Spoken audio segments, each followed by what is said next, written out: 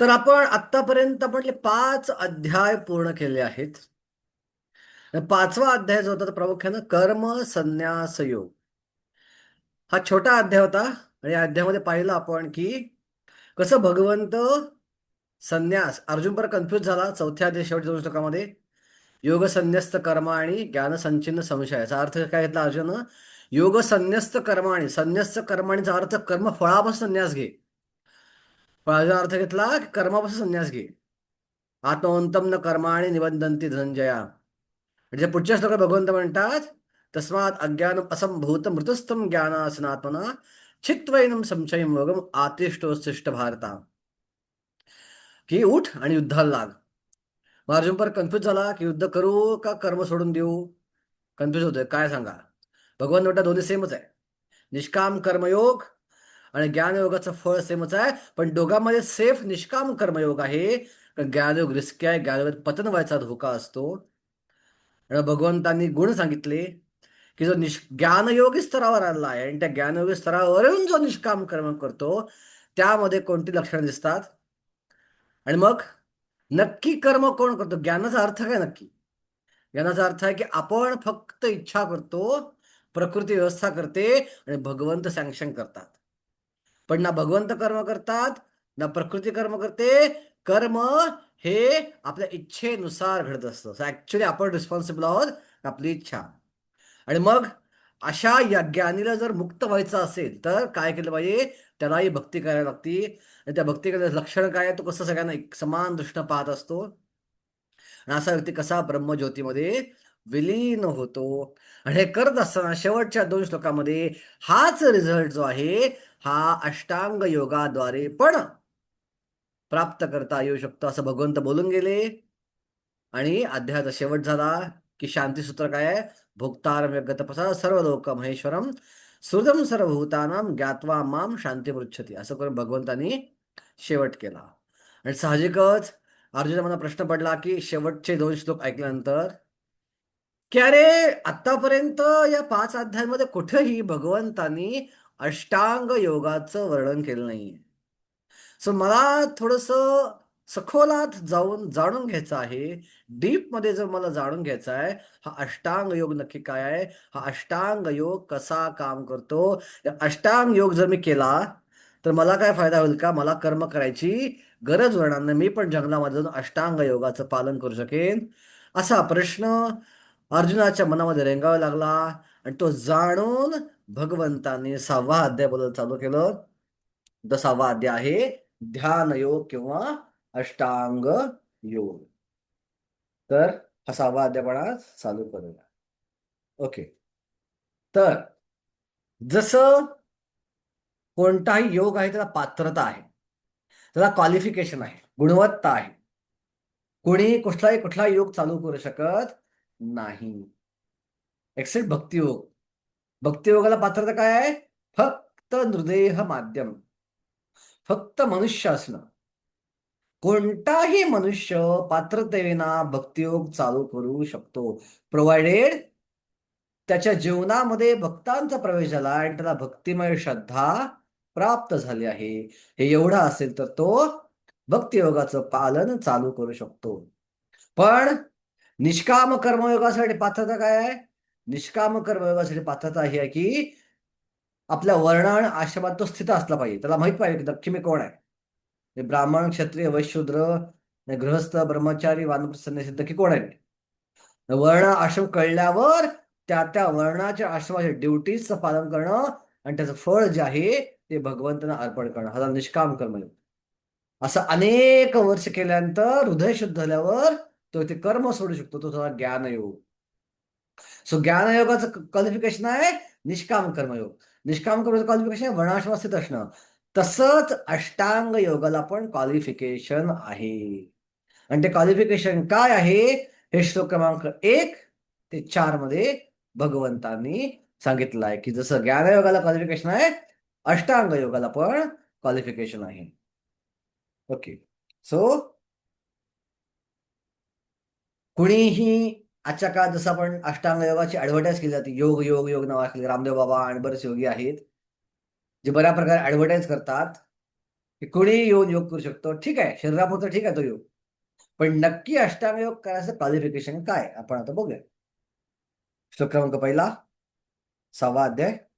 श्री भगवान वाच, अनाश्रितं कर्मफलं कार्यं कर्म करोति या स संन्यासी च योगी च न निराग्नी न चक्रिया. श्री भगवान म्हणाले, जो आपल्या कर्मफलावर आसक्त नसून कर्तव्य म्हणून आपले कर्म करतो तोच वास्तविक संन्यासी आणि वास्तविक योगी होय. पण जो अग्निहोत्रादी कर्म करीत नाही, तसेच आपले कर्तव्यही करीत नाही, तो संन्यासी नाही किंवा योगी सुद्धा नाही.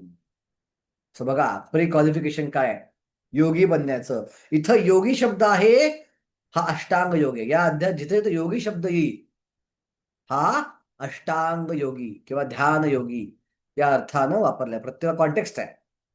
अध्यायाचं नाव ध्यान योगाचं, भगवंत ध्यान योगाचं वर्णन करताय म्हणून योगाचा अर्थ ध्यान योग असा इथं घेतला जातो. स संन्यासीच योगीच न निराग्न चक्रिया, की जो आपल्या कर्मफळांचा त्याग करतो, कर्मफळावर आसक्त न राहता इनिशियली सुरुवातीला निष्काम कर्मयोगाचं पालन करतो, तो खरा संन्यासी की तो खरा योगी. जो निष्काम कर्मयोगाचं पालन करत नाही तो अष्टांग योगाचं पालनही करू शकत नाही. सो ज्याप्रमाणे ज्ञानयोगाला एक एक पात्रता आहे तो निष्काम कर्मयोग, सेम पात्रता ही अष्टांग योगासाठी पण आहे. हे निष्काम कर्मयोगाचं पालन म्हणजे अष्टांग योगाचं पालन आपण जंगलात जाऊन करू शकत नाही. ओके. या अध्यायात भगवंताने मन आणि इंद्रिय संयमित करण्याचे माध्यम म्हणून अष्टांग योग पद्धतीचे वर्णन केले आहे. तरी सामान्य लोकांना, विशेषतः वर्तमान कलियुगामध्ये या पद्धतीचे आचरण करणे अतिशय कठीण आहे. सो या पद्धतीचं आचरण अशक्य आहे.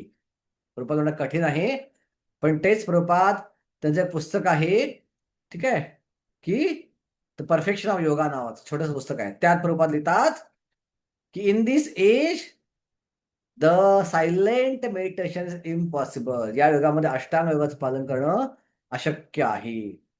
सो एक एक भक्त होता, एक व्यक्ती होता आणि जो सायलेंट मेडिटेशन वरती पुस्तक शोधत होता की सायलेंट मेडिटेशन करून मला शांती प्राप्त करायची आहे. आणि तो खूप पुस्तक शोधतोय शोधतोय शोधतोय शोधतोय आणि त्याला काहीच पुस्तक सापडलं नाही. लायब्ररीमध्ये मनासारखं पुस्तक सापडलं नाही आणि शोधत तो एक वैतागला आणि वैतागला धक्का मारला लायब्ररीच्या रॅकला आणि त्या रॅकमध्ये पुस्तक बाहेर पडलं. आणि त्या पुस्तकाचं परफेक्शन योगा बाय भक्तिवेदांत स्वामी प्रभुपाद. आणि पहिलं वाक्य काय त्याचं, silent meditation bogus in this age and not working. अशा प्रकारचे ध्यान कलियुगात करणं अशक्य आहे, कारण त्याची पात्रताच कलियुगात लोकांकडे नाहीये. त्यासाठी प्री क्वालिफिकेशन लागतं, पात्र लागती, तीच कलियुगात लोकांकडे नाहीये. तर कलियुगात लोक ते पालन करू शकत नाही. ती काही फॅशन नाहीये. ध्यानयोग करणं कुठली फॅशन नाहीये. आणि देहधारी जीवात्म्याला ते अशक्य आहे आजच्या कलियुगामध्ये. जरी या अध्यात अष्टांग योग पद्धतीची शिफारस करण्यात आली आहे, तरी भगवंत विशेष दोर देऊन सांगतात की कर्मयोग अथवा कृष्ण भावनात कर्म करणे हे अधिक श्रेष्ठ आहे. ओके. शेवटच्या परिषदा प्रभुपाद देतात, संन्याशांना कधी कधी वाटते की ते सर्व भौतिक कर्तव्यापासून मुक्त झाले आहेत आणि म्हणून ते अग्निहोत्र यज्ञ करण्याचे थांबवतात. 18व्या अध्यायात भगवान श्रीकृष्ण सांगतात, यज्ञदान तपोचैव नात्यज्यम कर्म एव यज्ञदान तपोचैव पावनानि मनीषिणाम. हे की यज्ञ दान तपाचा कधीही त्याग करता कामा नये. कारण यज्ञ दान तप कसं आहे, हे मोठ्या मोठ्या बुद्धिमान लोकांनाही शुद्ध करतं. पावनानी मनीषिणा, मोठ्या मोठ्या मनीषींनाही हे शुद्ध करतं. मग त्याचा त्याग कधी करता कामा नये. सो काही संन्यासांना काय वाटतं, आपण आता हे कर्म थांबवू शकतो, हे कर्म आपण सोडून देऊ शकतो. पण जोपर्यंत आपण इनिशियल स्टेजला आहोत अष्टांग योगाच्या, निष्काम कर्मयोग सोडता येत नाही. परंतु ते वास्तविकपणे स्वार्थीच आहेत. कारण निर्विशेष ब्रह्माशी एकरूप होणे हेच त्याचे ध्येय असते. या प्रकारची इच्छा असणे हे इतर कोणत्याही भौतिक इच्छेपेक्षा श्रेष्ठ आहे. निश्चितपणे इच्छा चांगली आहे. मुक्त व्हायची इच्छा चुकीची इच्छा नाहीये. मुक्तिकाम चुकीची इच्छा नाहीये, वाईट इच्छा नाहीये. इंद्रिय भोगाची इच्छेपेक्षा चांगली इच्छा आहे. पण ही इच्छा सुद्धा स्वार्थयुक्त आहे. का बरं स्वार्थयुक्त आहे? कारण का ही आपली स्वरूप स्थिती नाहीये. किंवा मुक्त होऊन ब्रह्मज्योती जाणं हे आपली स्वरूप स्थिती नसल्यामुळे ही इच्छा सुद्धा स्वार्थयुक्त आहे. केवळ फ्रस्ट्रेशनमुळं मला कोणतीही नाती नको आहेत. आपण चर्चा केली आधी ऑलरेडी. मला कोणाशी संबंध नकोय, वैतागलोय संबंधांना, आणि संबंधांना वैतागलं असल्यामुळे मी ब्रह्मज्योतीमध्ये जाऊन विलीन होणार आहे. पण मुळात आपली आत्म्याची स्वरूप स्थिती वेगळी आहे. जीवन स्वरूप कृष्ण दास, आणि या स्वरूप स्थितीपासून आपण दूरच आहोत. म्हणून एक प्रकारे फ्रस्ट्रेशन आलेली स्थिती आहे, म्हणून ती स्वार्थयुक्त आहे. त्याचप्रमाणे सर्व भौतिक क्रियांना विराम देऊन अर्धोन्मिलित नेत्रांनी योगपतीचे आश्रय करणाऱ्या योग्याला वैयक्तिक तृप्तीची थोडीफार इच्छा असतेच. मुक्तिकाम तिथे थोडीफार इच्छा आहेच, मुक्ती प्राप्त करण्याची इच्छा आहे.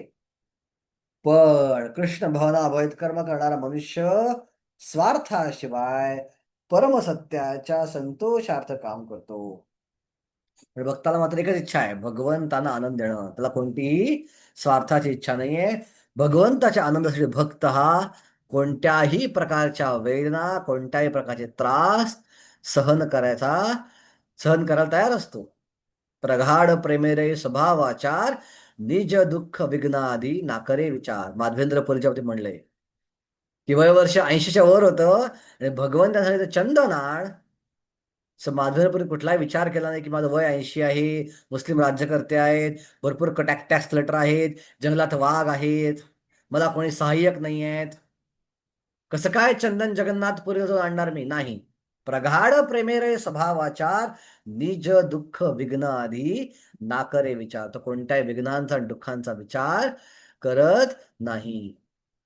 गोपी या महान भक्त काय आहेत? कारण का कविराज गोष्ट म्हणतात, आत्मसुख दुःख गोपी नाही क विचार, कृष्ण सुख हेतू चेष्टा मनोव्यवहार.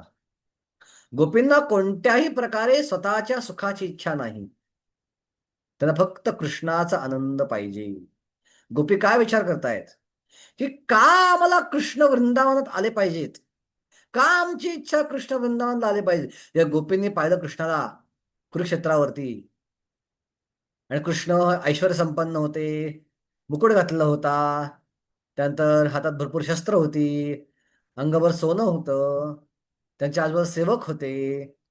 आणि गोपी म्हणल्या, हे आमचे कृष्ण आईच आहेत. आमची इच्छा आहे कृष्णाने वृंदावनात यावं. काय यावं? आमच्या सुखासाठी हवे.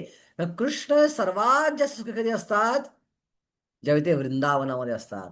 म्हणून त्यांनी वृंदावनात यावं. बघा विचारचं काय? कृष्णाचं सुख. गोपीगीत मध्ये बरेचदा कृष्ण गोपी असा श्लोक बोलतात. गोपीगीत ज्यांनी गोपी ऐकलंय की कृपया तुमचे पाय आमच्या स्तनावर ठेवा. का बरं गोपी असा विचार करतायत? त्यामध्ये कोणतीही वासना नाहीये, कोणतीही काम वासना त्यामध्ये अजिबात नाही आहे. ठीक आहे. गोपींना माहिती आहे की कृष्णाचे पाय जे आहेत ते जंगलामध्ये चालून चालून त्याला खडे बोसतात, आणि ते खडे बोसल्यामुळे आम्हाला खूप वेदना होतात. तर त्या पायाला थंडावा मिळावा, त्या पायाला मुलायमता मिळावी, म्हणून आमच्या स्तनावर ते पाय ठेवावेत, कृष्णाला आनंद मिळावा. आणि गोपी का रडतायत? कृष्ण मथुरेत चाललेत सोडून. तर गोपींना माहिती आहे की आमच्यासारखा आनंद कृष्णाला कोणच देऊ शकणार नाही. कृष्ण आमच्या बरोबर आहे त्या सर्वात जास्त आनंदी आहेत. मथुरेमध्ये ते एवढे आनंदी राहू शकणार नाहीत, आणि म्हणून गोपी रडतात, कृष्ण तुम्ही जाऊ नका मथुरेमध्ये, स्वतःच्या स्वार्थासाठी नाही. ही आहे भक्ती. त्याच्यामध्ये भक्तीमध्ये स्वतःच्या स्वार्थाचा लवलेश नसतो. म्हणून म्हणतात चैतन्य महाप्रभू, कोटी ज्ञानी मध्ये कोण एक जन मुक्त, कोटी मुक्त मध्ये दुर्लभ एक कृष्ण भक्त. कृष्ण भक्त निष्काम अतएव शांत, भुक्ती मुक्ती सिद्धी कामी सकले अशांत. जे भुक्ती मुक्ती सिद्धी कामी आहेत ते सगळ्या प्रकारे अशांत. असं फक्त कृष्ण भक्त शांत, कारण का तो निष्काम आहे, त्याला मुक्तीची पण इच्छा नाही.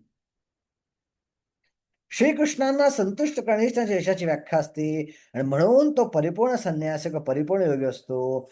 त्यामागचे परमोच्च प्रतिकाशांश चैतन्य महाप्रभू पुढे पण प्रार्थना करतात, न धनम न जनम न सुंदरीम कविताम वा जगदीश कामये, मम जन्मनी जन्मनीश्वरे भवतात भक्ती राहे तुकी त्वयी. मला फक्त जन्मोजन्मी तुमची सेवा करायची आहे, मला जन्म घेतला लागेल चालेल, मला मुक्ती पण नकोय, फक्त तुमचा आनंद आणि फक्त तुमची सेवा. म्हणून शास्त्रात श्लोक येतो ना, सालोक्य साशी सामिप्य सारूप्येकत्वमपि उत दीयमानां न गृह्णन्ति विनामत सेवनम जना. की 5 प्रकारच्या मुक्ती आहेत. सालोक्य, एकाच ग्रहावर राहणं. सारूप्य, भगवंताचं शरीर प्राप्त करणं. सामिप्य, भगवंताच्या जवळ राहणं. साष्टी म्हणजे भगवंताचं काय प्राप्त करणं. सारू आणि सायुज्य, सायुज्य म्हणजे ब्रह्मज्योती विलीन. या 5 प्रकारच्या मुक्ती भक्तांना नको असतात. जर भगवंताची सेवा करायची संधी मिळाली नाही, भगवंतांना खुश करायला मिळालं नाही तर. पण भगवत धामात जाऊन तर भगवंताची सेवा करायला मिळेलच ना.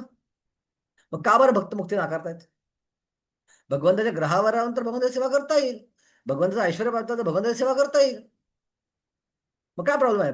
वैकुंठात जायला प्रॉब्लेम काय आहे? पहिल्या 4 प्रकारचे मुक्ती वैकुंठात जाऊन प्रत्यक्ष मिळतात, प्रत्यक्ष वैकुंठात जायला मिळतं. मग का बरं भक्त लोक नाकारतात या 4 प्रकारच्या मुक्ती? कोण सांगू शकेल?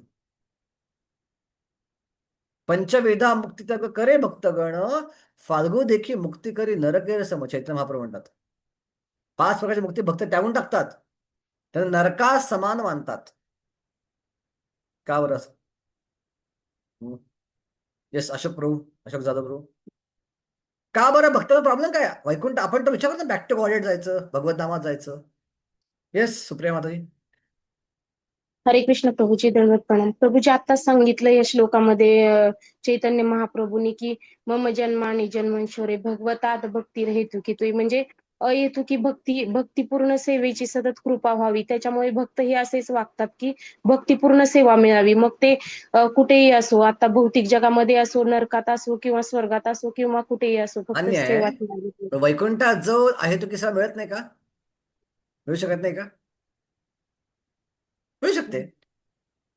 वैकुंठ हे ग्रह जे आहेत, वैकुंठ धाम म्हणजे भगवत धाम आहे. भगवत धाम म्हणजे काय? जिथे भगवंताच्या हेतू किस्सा केले जाते. सर, प्रभूजी या 5 प्रकारच्या मुक्ती म्हणजे की जणू स्वार्थच आहे ना, तर भक्त हे स्वार्थी कोणतीही स्वार्थ वृत्ती ठेवत नाहीत सर. वैकुंठ जगतामध्ये कुठल्या व्यक्ती जाऊ शकतो? जो पूर्णपणे शुद्ध झालेला आहे आणि ज्याच्या हृदयात भक्ती प्रकट झाली आहे, तोच जाऊ शकतो तिकडं. अभक्त कधी असतो वैकुंठामध्ये? नाही जाऊ शकत अभक्त कधी वैकुंठामध्ये. नाही. हम्म. मग वैकुंठात गेलं प्रॉब्लेम काय? का बरं वैकुंठ नाकारतायत ते लोक? का बरं भगवद्धाम नाकारतायत? का त्याला नरका समान मानतायत? प्रभूजी प्रश्न काय आहे? प्रश्न कळला नाही अजून? प्रभूजी सॉरी, मी आता जॉईन केला आहे. ओके. प्रश्न असा आहे की आता माताजीने कोट केला श्लोक, चैतन्य महाप्रभू म्हणतात, मम जन्मनी जन्मनीश्वरे भवतात भक्ती राहे तुकी तुके. मला जन्म घ्यावा लागला चालेल परत परत, पण तुमची आहे तुकी भक्ती मिळू दे. आणि शास्त्रामध्ये श्लोक आहे की भक्त जे असतात ते निस्वार्थी असतात, बाकी सगळे स्वार्थी आहेत. कारण भक्त 5 प्रकारच्या मुक्ती नाकारतात. वैकुंठामध्ये 4 प्रकारच्या मुक्ती आहेत: सालोख्य, साक्षी, सामिप्य, सायुज्य.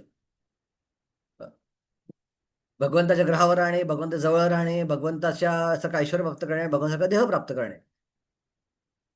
सो वैकुंठामध्ये जाऊन जर भगवंताची सेवा करायला मिळाली तर मुक्ती मिळाली तर प्रॉब्लेम काय? भगवत धामात प्रॉब्लेम काय? का बरं भक्त असं म्हणतात की आम्हाला मुक्त्या नको आहेत, आम्हाला जन्म घेतला चालेल पण आम्हाला मुक्ती नको, आम्हाला सेवा मिळू दे. वैकुंठात लोक सेवा करू शकत नाहीत का? आम्हाला प्रश्न आहे, का ते वैकुंठ नाकारतायत? प्रभूजी वैकुंठात सेवा नसते आणि नसते. भगवंतासारखं ऐश्वर, सॉरी मी म्हणजे तसंच मला वैकुंठात सेवा नाही वाटत. आहे भगवंताची. मग वैकुंठाला अर्थ काय द्या?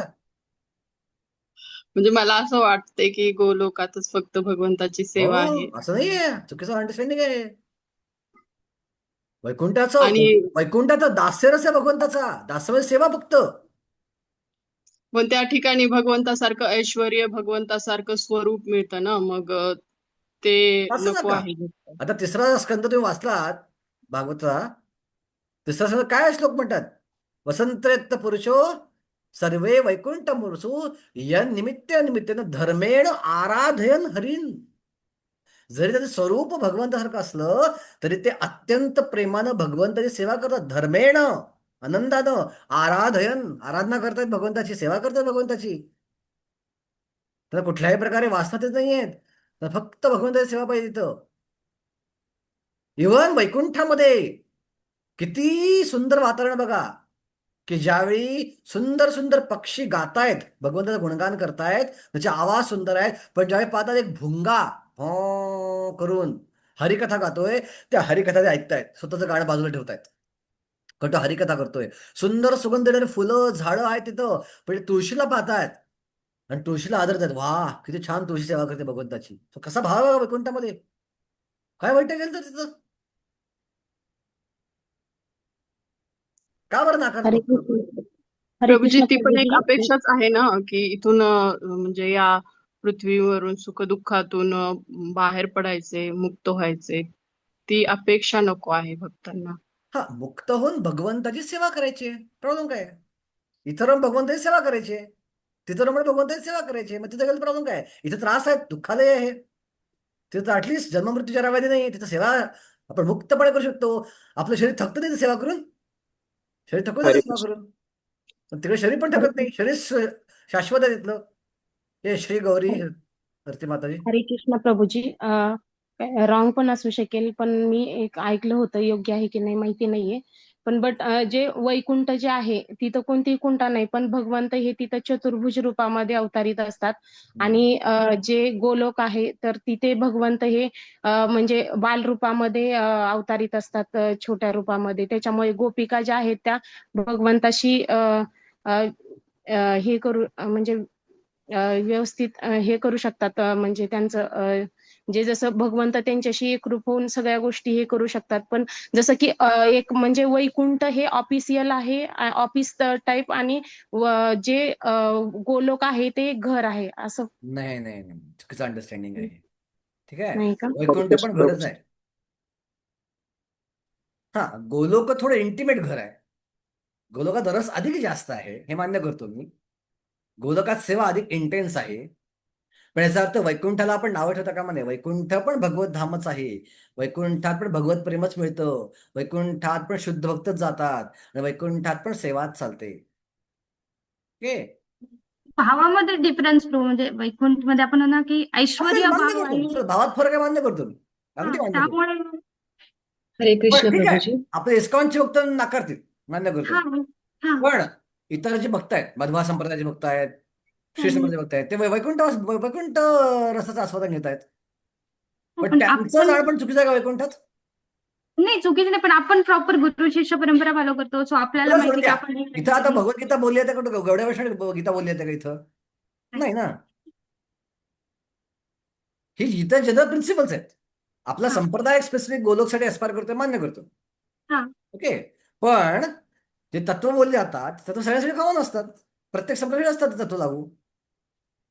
सो आपल्यासाठी गोलोक हायेस्ट आहे, म्हणजे वैकुंठ हायेस्ट आहे त्या संप्रदायासाठी.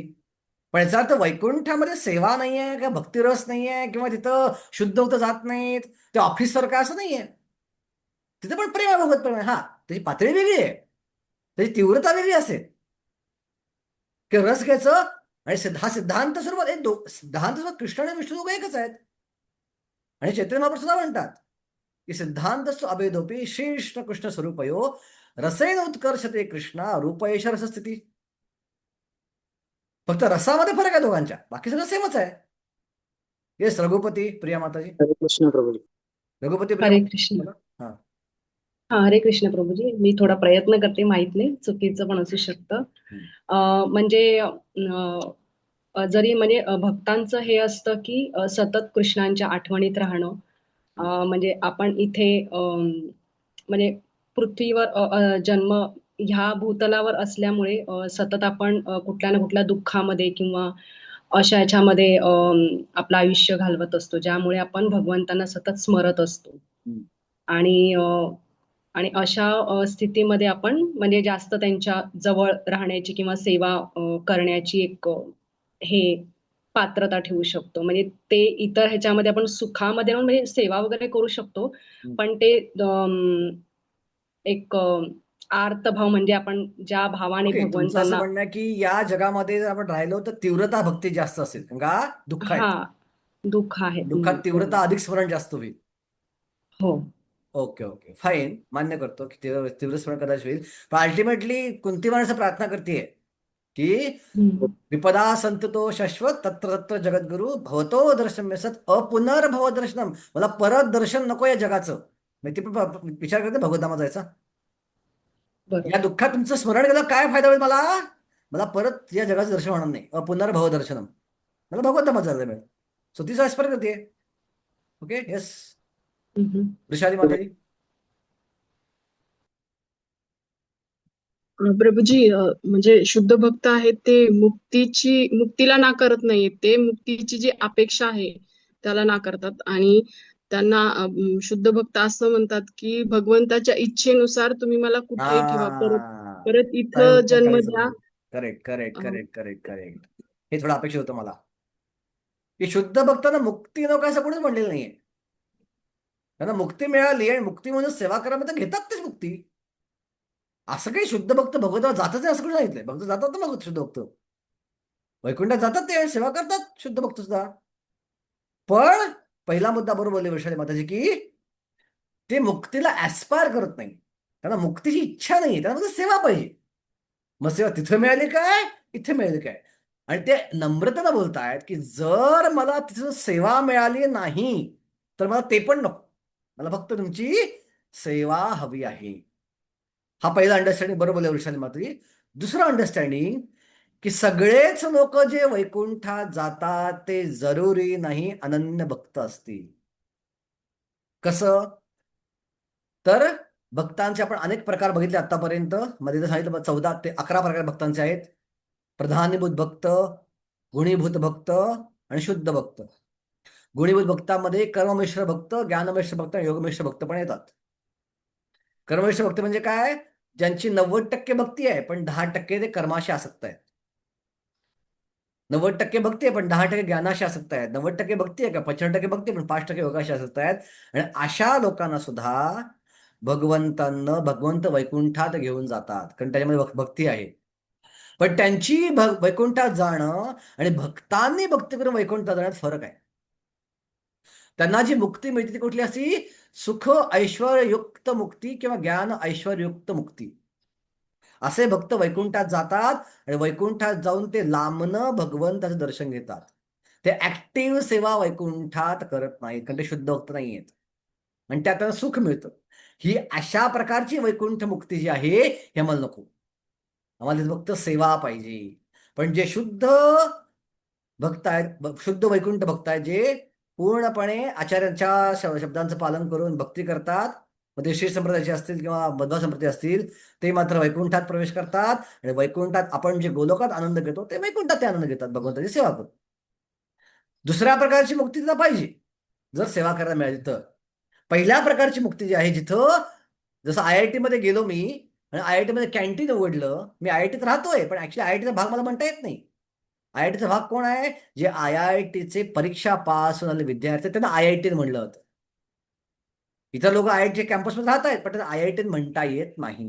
तसं काही लोक ही अशा प्रकारची मुक्ती प्राप्त करतात, जे ज्ञानमिश्र भक्त असतात किंवा जे कर्ममिश्र भक्त किंवा योगमिश्र भक्त आहेत.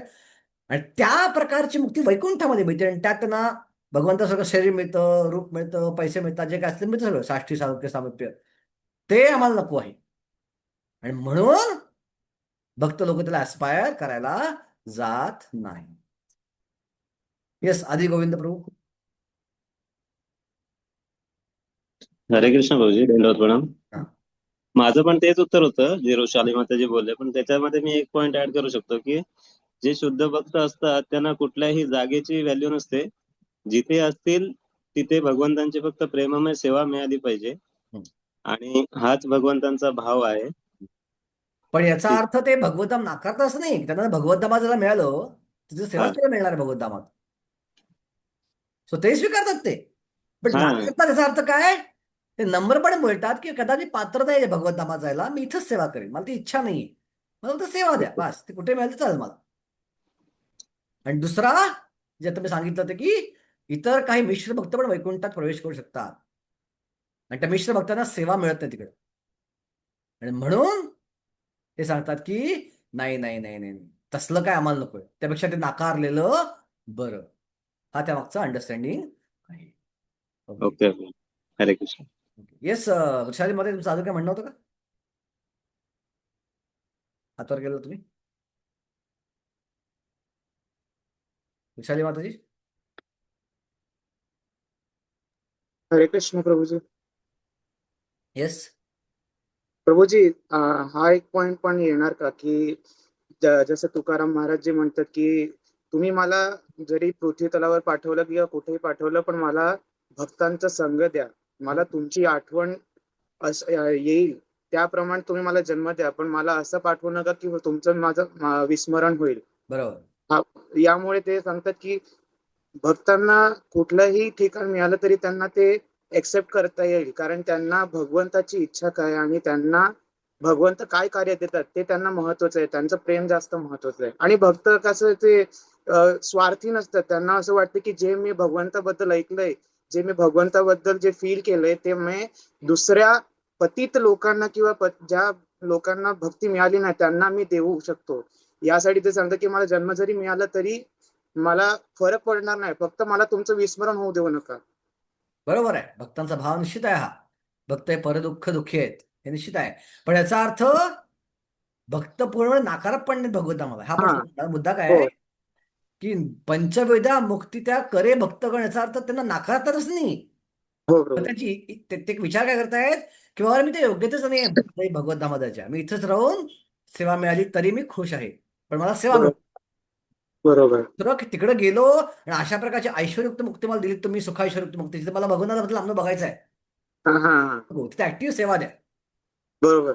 पण ऍक्टिव्ह सेवा जर भगवंतांनी दिली वैकुंठात तर they are ready to go वैकुंठात. इनफॅक्ट भक्त वैकुंठांना खाली यायला तयार नसतात, कारण भगवंताचं सानिध्य सुटेल, भगवंताची सेवा सुटेल म्हणून ते रडतात.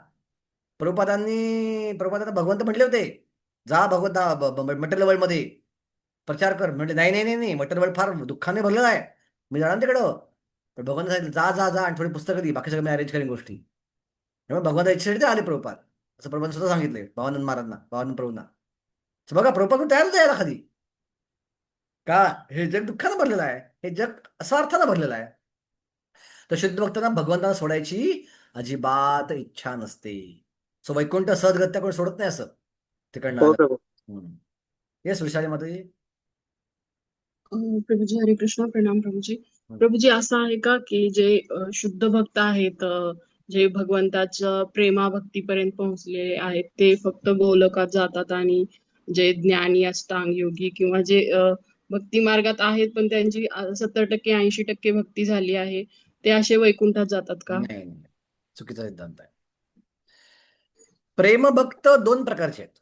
एक आहेत रागानुगा प्रेम भक्त आणि एक आहेत ऐश्वर्युक्त प्रेम भक्त. दोन्ही प्रेम भक्तच आहेत. हे स्तर जे आहेत ना, श्रद्धा टू प्रेम, हे फक्त इस्कॉनचे भक्तासाठी नाही हे स्तर. हे श्री संप्रदाय भक्त हे पण हे स्तर आहेत, मध्वा संप्रदाय पण हे स्तर आहेत, जे वैकुंठ भक्त आहेत. फक्त फरक काय आहे, त्यांचं प्रेम हे ऐश्वर्युक्त असतं. द्वारकावासी पण भगवंता प्रेमच करतायत, वैकुंठवासी भगवंता प्रेमच करतायत, मथुरवासी भगवंता प्रेमच करतायत. फक्त प्रेमात ऐश्वर्याचा समावेश आहे, पण ते प्रेमच आहे.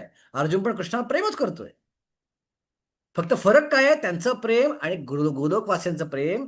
गोलोकवासियांचं प्रेम हे केवळ प्रेम आहे, त्यात भगवंत कृष्ण भगवंत आहेत हे ते विसरून जातात, त्यात जाणीवच राहत नाही आणि ते विश्वास ठेवू शकत कृष्ण भगवंता शक्ती. इतकं प्रेम त्याचं गाढ आहे. त्यामुळे ते प्रेम जे आहे त्याच्या भगवंताच्या ऐश्वर्याला कव्हर करतं. गोलोकवृंदावर ऐश्वर्य दिसतं नाही असं नाही, यशोदामातेनं पाहिलं मुखामध्ये विश्वदर्शन पाहिलं, पण तिला काय वाटलं की कसा हा मुलगा भगवंत शकेल. तिला क्षणभर वाटलं पण माझा मुलगा परमेश्वर आहे का, पण कसा परमेश्वर असेल, त्याचं प्रेम वर आलं. पण हा ज्यावेळी वीज चमकतो मला मला येऊन चिकटतो, हा मिठी मारतो मला येऊन. ज्यावेळी पाऊस पडतो घाबरतो आणि मला येऊन मिठी मारतो. भूक लागलं रडतो हा. माझ्यावर अवलंबून आहे हा. कसा भगवंत शकेल? सो हे प्रेम जे आहे हे ओव्हरकम करतं, त्याला कव्हर करून टाकतं. ते त्याला म्हणतात केवल प्रेम, जे वैकुंठ, जे गोलकवासियांचे आहे, जे आपण एस्पायर करतोय रागानुग भक्तीद्वारे. पण काही लोक रागानुग भक्ती करत नाहीत, ते वैदिक भक्तीच करतात. अगदी भावस्तरावर पण वैदिक भक्ती करतात. आणि त्यांचं ज्यावेळी ते भावस्तरावर वैदिक भक्ती करून प्रेमस्तरावर जातात, त्यांचं प्रेम जसे दास्ययुक्त प्रेम असतं. त्यांना फक्त भगवंताचं दास्य म्हणून सेवा करायची आहे. आणि जो आहे वैकुंठ रस. आणि असे भक्त वैकुंठात प्रवेश करतात, ते प्रेमी भक्तच आहेत. असं नाही की कमी भक्तीवाले वैकुंठात जातात, असं नाही. फक्त प्रत्येकाचं मूळ वेगळं आहे, एवढंच फक्त. ओके. जी जी प्रभू. प्रभूजी म्हणजे 100% भक्ती, शुद्ध भक्तीवालेच वैकुंठ आणि हो, गोलोकात जाऊ वैकुंठात शकतात. जाऊन सेवा प्राप्त करतात. प्रभूजी शंभर पण जसं शंभर की टक्के शुद्ध भक्तीवालेच वैकुंठात किंवा गोलोकात जाऊन सेवा प्राप्त करतात. आणि जे जी प्रधानीभूत भक्त आहेत, ज्यात थोडं कर्माचा एलिमेंट आहे किंवा ज्ञानाचा एलिमेंट आहे, तसे भक्त हे जसं मग म्हणलं IIT मध्ये आहे, पण IIT मध्ये नाही. IIT मध्ये कॅन्टीन चालवतोय, त्यांना IIT म्हणता येत नाही. एका प्रकारे वैकुंठात गेले, ते फिजिकल जागेत गेले वैकुंठाच्या, पण त्यांना वैकुंठवासी म्हणता येत नाही. असे असतात. सुख प्रभूजी ऐश्वर्य जर मुक्ती. हम्म, जी जी हम्म. प्रभूजी जर मनात जर अशी इच्छा असेल की ह्या दुःखातून या बाहेर निघायचंय आपल्याला, हम्म, म्हणजे सुरुवात तर तिथूनच होते ना हम्म, आमच्यासारख्या आता हम्म, नवीन भक्ताची. हम्म. मग ती जर अपेक्षा ती शुद्ध भक्तीमध्ये येत नसेल ना की अं, नाही, हरकत नाही, चुकीची नाही आहे. भगवत जाण्याची अपेक्षा करणं ही काही चुकीची नाही आहे. का त्या अपेक्षेला पण जर अभिधेय आपलं व्यवस्थित पालन केलं. एक मिनिट, मला एक इम्पॉर्टंट फोन येतो. एक गिव्ह मी सेकंड जस्ट. अरे, क्षमा असावी, मध्ये थोडीशी खंड पडला, तरी क्षमा असावी. इम्पॉर्टंट कॉल होता, मला घेणं भाग होत होतं. हा, तर काय बोलतो तुम्ही? तर हे जे भक्त आहेत, हे दोन्ही शुद्ध भक्त आहेत. पण जे मिश्र भक्त आहेत, त्यांना पण भगवंत त्यांच्या भक्ती एलिमेंट जास्त असल्यामुळे वैकुंठात घेऊन जातात, पण त्यांना तिथं सेवा करायची संधी दिली जात नाही. ओके. वृषाली माताजी, क्लिअर? जी जी जी प्रभूजी. प्रभूजी म्हणजे भगवंतावर जोपर्यंत प्रेम होत नाही, म्हणजे आणि प्रेम होण्यासाठी हे महामंत्राद्वारेच होणार ना, हा, दुसरा तो एकच मार्ग आहे. त्या त्या संप्रदायात तो मंत्र आहे. आता आपला हरिकृष्ण मंत्र आहे. त्यानंतर जे श्री संप्रदाय आहेत, त्यांचा वेगळा थोडा मंत्र आहे. ते ओम नमो भगवते वासुदेवावर फोकस करतात. ठीक आहे. त्यानंतर जो वल्लभ संप्रदाय आहे, ते श्रीकृष्ण शर्मम म्हणतात. कुमार संप्रदाय मंत्र थोडा वेगळा आहे. राधे कृष्ण राधे कृष्ण कृष्ण कृष्ण राधे रे, राधे श्याम श्याम श्याम राधे राधे, हा त्यांचा मंत्र आहे. सो त्या प्रत्येक संप्रदायाचे मंत्र आहे. आपला संप्रदाय हा मंत्र आहे, हरिकृष्ण मंत्र. त्या त्या प्रत्येक संप्रदायाचा मंत्र जप मंत्राचा करून त्या त्या संप्रदायाचे प्रयोजन प्राप्त करू शकतो आपण. प्रत्येक मंत्राचा प्रभाव वेगळा असेल आणि प्रत्येक मंत्राचा अर्थ पण वेगळाच असेल ना. हा, निश्चित. प्रत्येक मंत्राचा अर्थ वेगळा आहे, प्रत्येक मंत्राचा प्रभाव वेगळा आहे, प्रत्येकाची पोटेन्सी वेगळी आहे. पण शेवटी या ध्येय श्रद्धेच्या एक. गोष्टी आहेत. एकदा एखाद्या संप्रदायाची श्रद्धा जडली की त्या हम्म. संप्रदायाचं शरणागत जाणं आणि त्या संप्रदाय फॉलो करणं गरजेचं आहे. ठीक आहे. ओके. आधी गोविंदपूर प्रश्न विचारलाय की गोलोक आणि वैकुंठामध्ये काय फरक आहे, बरोबर ना? गोलोक वृंदावनात भगवंताचं कृष्ण रूप आहे, आणि जिथं दास्य साख्य वात्सल्य आणि माधुर्य चार रसात भगवंताची अत्यंत तीव्रपणे सेवा केली जाते, तिथं भगवंत कृष्ण भगवंत नाहीये, भगवंत आहे त्याची त्याचा विसर भक्तांना पडतो. वैकुंठ हे असं करायचं, भगवंत नारायण स्वरूप असतं आणि या नारायण स्वरूपात प्रामुख्यानं दास्य रसाचं सेवा केली जाते. जर इतर रस आहेत तिथं पण लक्ष्मीदेवीचं माधुर्य रस आहे, लक्ष्मीचा नारायणाचा, पण तो पण ऐश्वर्युक्त आहे. सो तिथं ऐश्वर्युक्त सेवा केली जाते. भगवंत नारायण परमेश्वर आहेत त्याची जाणीव ठेवून तिथले भक्त हे सेवा करत असतात. हा फरक आहे. ओके. आधी गोविंद प्रभू.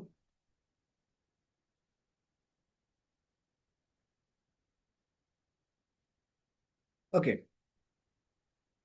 आपण श्लोक क्रमांक 2 पाहूया आता. यम संन्यासमिति प्राहुर योगम तम विद्धि पांडवा, नहि असन्यस्त संकल्पो योगीम भवती कश्चन. हे पांडुपुत्रा, ज्याला संन्यास म्हणतात तोच योग किंवा ब्रह्माशी युक्त होणे होय. कारण जोपर्यंत मनुष्य इंद्रिय तृप्तीच्या इच्छेचा त्याग करीत नाही तोपर्यंत तो योगी होऊच शकत नाही. सो मुळात योग करायचा असेल, जंगलात जाऊन अष्टांग योग करायचा असेल, तर सगळ्यात पहिलं क्वालिफिकेशन काय आहे? इंद्रिय तृप्तीच्या इच्छेचा त्याग. आणि इंद्रिय तृप्ती इच्छेचा त्याग करायचं काय काय प्रॅक्टिस केली पाहिजे? निष्काम कर्मयोगाची प्रॅक्टिस. ही जर केली तरच इंद्रिय तृप्तीच्या इच्छेचा त्याग होऊ शकेल. आणि ती झाल्यानंतरच जंगलात जाऊन बसता येतं. कोणीही रॅन्डमली खायची प्यायची भोगायची इच्छा आहे आणि जंगलात जाऊन बसला ध्यान लावून, त्याला मर्कट वैराग्य म्हणतात. माकड पण जंगलात बसतं, ते पण फळं खातं, ते पण कपडे घालत नाही, असं वाटतं की किती संन्यासी आहे. पण डोक्यामध्ये काय विचारत असतं? हो, कसं माकडी बरोबर संभोग करायचा आहे, हा विचार त्या माकडाच्या मनात चालला असतो. म्हटलं मर्कट वैराग्य म्हणले. सो खरा संन्यासी, खरा योगी कोण? ज्यानं इंद्रिय तृप्तीच्या इच्छेचा त्याग केला. आणि त्यासाठी युगारुक्ष अवस्थेमध्ये निष्काम कर्मयोग करणं आवश्यक आहे. ओके, शेवटच्या परिषदा प्रभुपाद म्हणतात, जर मनुष्य स्वार्थ वृत्तीने प्रेरित झालेल्या कर्माचा त्याग करण्यामध्ये समर्थ नसेल तर ज्ञान आणि योगापासून काहीच लाभ होणार नाही. प्राणायाम करतोय, मनात स्वार्थी विचार आहेत, तर त्या प्राणायामाचा काहीच परिणाम होणार नाही. फक्त शरीर थोडस आरोग्यदायी होईल एवढंच, थोडं सिद्धी मिळेल एवढंच. पण मुख्य परिणाम जो अपेक्षित आहे मुक्ती प्राप्त करणं, तो होणार नाही जर इंद्रिय तुझी इच्छा असेल तर. जीवाचे वास्तविक ध्येय म्हणजेच स्वार्थ तृप्त्यर्थ कर्माचा त्याग करणे आणि भगवंत संतुष्ट प्रित्यर्थ कर्म करण्यास तयार होणे हे आहे. कृष्ण भावनावाईत मनुष्य स्वतःच आनंदाचा उपभोग घेण्यासाठी मुळीच इच्छा नसते. तो सतत भगवंताच्या आनंदाच्या प्रित्यर्थ कर्म करण्यात संलग्न असतो. आणि म्हणून ज्या मनुष्याला भगवंताचे मुळीच ज्ञान नसते तो निश्चित स्वार्थरत असतो. कारण कोणीही निष्क्रिय राहू शकत नाही. कृष्ण भावनेच्या आचरणाद्वारे सर्व हेतू पूर्णपणे साध्य होतात. तर इथं खूप महत्वाचा मुद्दा सांगितलाय की स्वार्थी व्यक्ती असा प्रकारचा योग करू शकत नाही. ज्याने तृषार्थ पथिक हे पुस्तक वाचलं असेल, परमपूज्य राधा महाराज, ज्याने वाचलंय त्यांना लक्षात आहे का बघा. आणि ज्याने वाचलं असेल ते वाचावं अशी माझी विनंती आहे. खूप तुम्हाला भक्तीमध्ये प्रेरणा मिळेल ते पुस्तक वाचल्यानंतर. तर तृषार्थ पथीमध्ये प्रसंग येतो बघा, तुम्हाला आठवत असेल तर, की परमपूज्य राधा महाराज त्याचे रिचर्ड होते नसता आणि ते फिरत होते हिमालयांमध्ये. आणि हिमालयांमध्ये फिरता फिरता ते एका योगाला भेटले. जो योगी त्यांना पाहिलं प्रत्यक्ष, त्याने काय केलं होतं? महाराजांसमोर एक लोखंडी पहार माहिती आहे ना, पहार, लोखंडी पहार ज्याच्याद्वारे आपण नारळ वगैरे तोडतो, फुल सॉलिड लोखंडी पहार असते, ज्याला वाकवणं अशक्य आहे, इम्पॉसिबल आहे, सॉलिड लोखंडी. ती पहारीचं टोक एका भिंतीला टेकवलं, दुसरं टोक डोळ्यावर ठेवून मध्ये कापूस ठेवला आणि कापसावर दुसरं टोक ठेवलं आणि डोळ्याद्वारे ती पहार वाकवून अशी गोल केली. डोळा हा शरीरातला सर्वात नाजूक अवयव आहे. जरा जरा डोळा दाबलं तर डोळा प्रचंड दुखतो, डोळ्यात प्रचंड वेदना होतात. या डोळ्याद्वारे लोखंडी पहार पूर्ण गोल करणं शक्य आहे का? अफजल खान पण करू शकणार नाही. अफजल खान ताकदीचा माणूस पण ते करू शकणार नाही. थोडं वाकवू शकेल अफजल खान फक्त, म्हणजे पूर्ण गोल केला. आणि हे पाहून परमपूज्य राधा महाराज आश्चर्य वाटलं, हे कसं काय हे शक्य आहे? हे अशक्य प्रति गोष्ट आहे, ही एवढी सिद्धी त्याकडे कशी काय आली? आणि मग नंतर तो हातामध्ये भिक्षापात्र घेऊन पैसे मागू लागला. मी तुम्हाला जादू दाखवली, मला पैसे द्या. बघा, प्रश्न असा पडला इथं की एवढी जर सिद्धी आहे तर ती सिद्धीला पैसे मिळवायला का करतोय तो?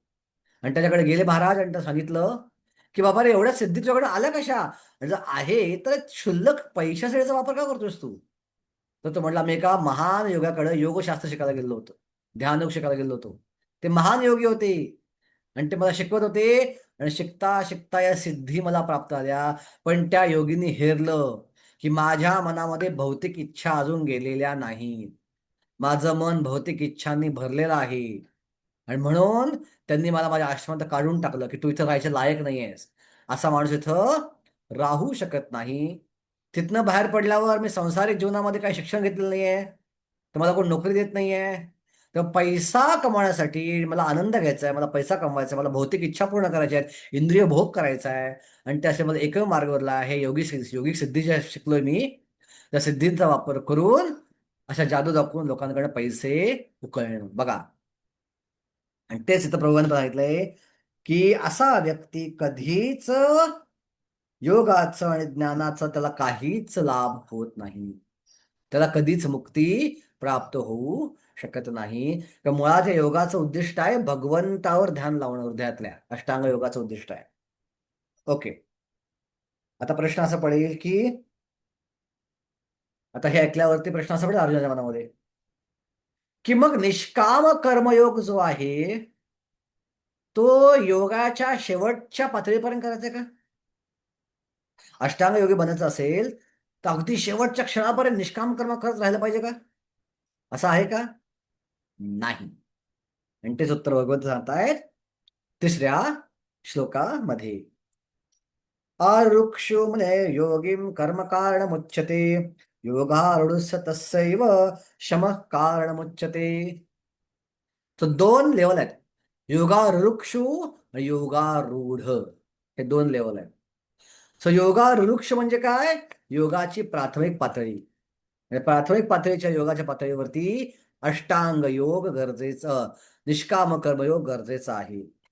पण जसं निष्काम कर्मयोगा जर शुद्ध झाला व्यक्ती तर ज्ञानयोग सर्व कर्म सोडू शकतो, तसंच योगारूढ अवस्थेमध्ये त्याला कर्म करायची आवश्यकता नाही. तो केवळ भगवंतावर जंगलामध्ये बसून ध्यान लावू शकतो. त्याला परत निष्काम कर्म आपल्या वर्णाश्रमानुसार करायची आवश्यकता नाही.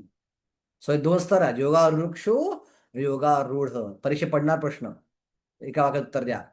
योगारुक्ष म्हणजे काय, योगारूढ म्हणजे काय?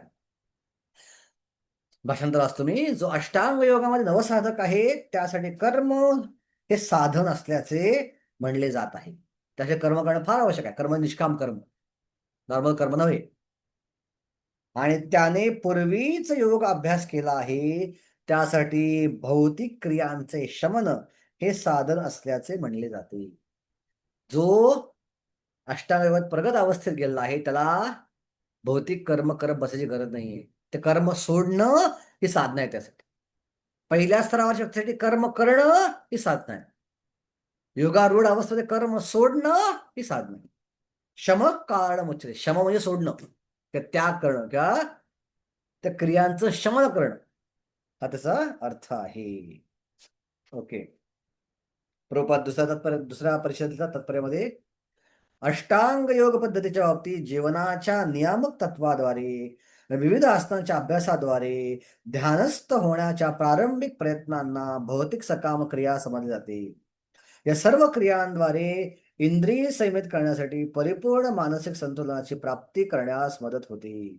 मनुष्य जेव्हा ध्यानाच्या अभ्यासात प्रवीण होतो तेव्हा तो विचलित करणाऱ्या सर्व मानसिक क्रियांचे शमन करतो. ओके, सो जेव्हा मानसिक संतुलन प्राप्त होईल तेव्हा तो पूर्णपणे कर्माचा त्याग करू शकतो. ही झाली योगारूढ अवस्था. तथापि भक्ताला करायची अवस्थेत भक्ताला आवश्यक आहे का? नाही. कृष्ण भावना मनुष्य प्रारंभापासूनच ध्यानाच्या स्तरावरच असतो.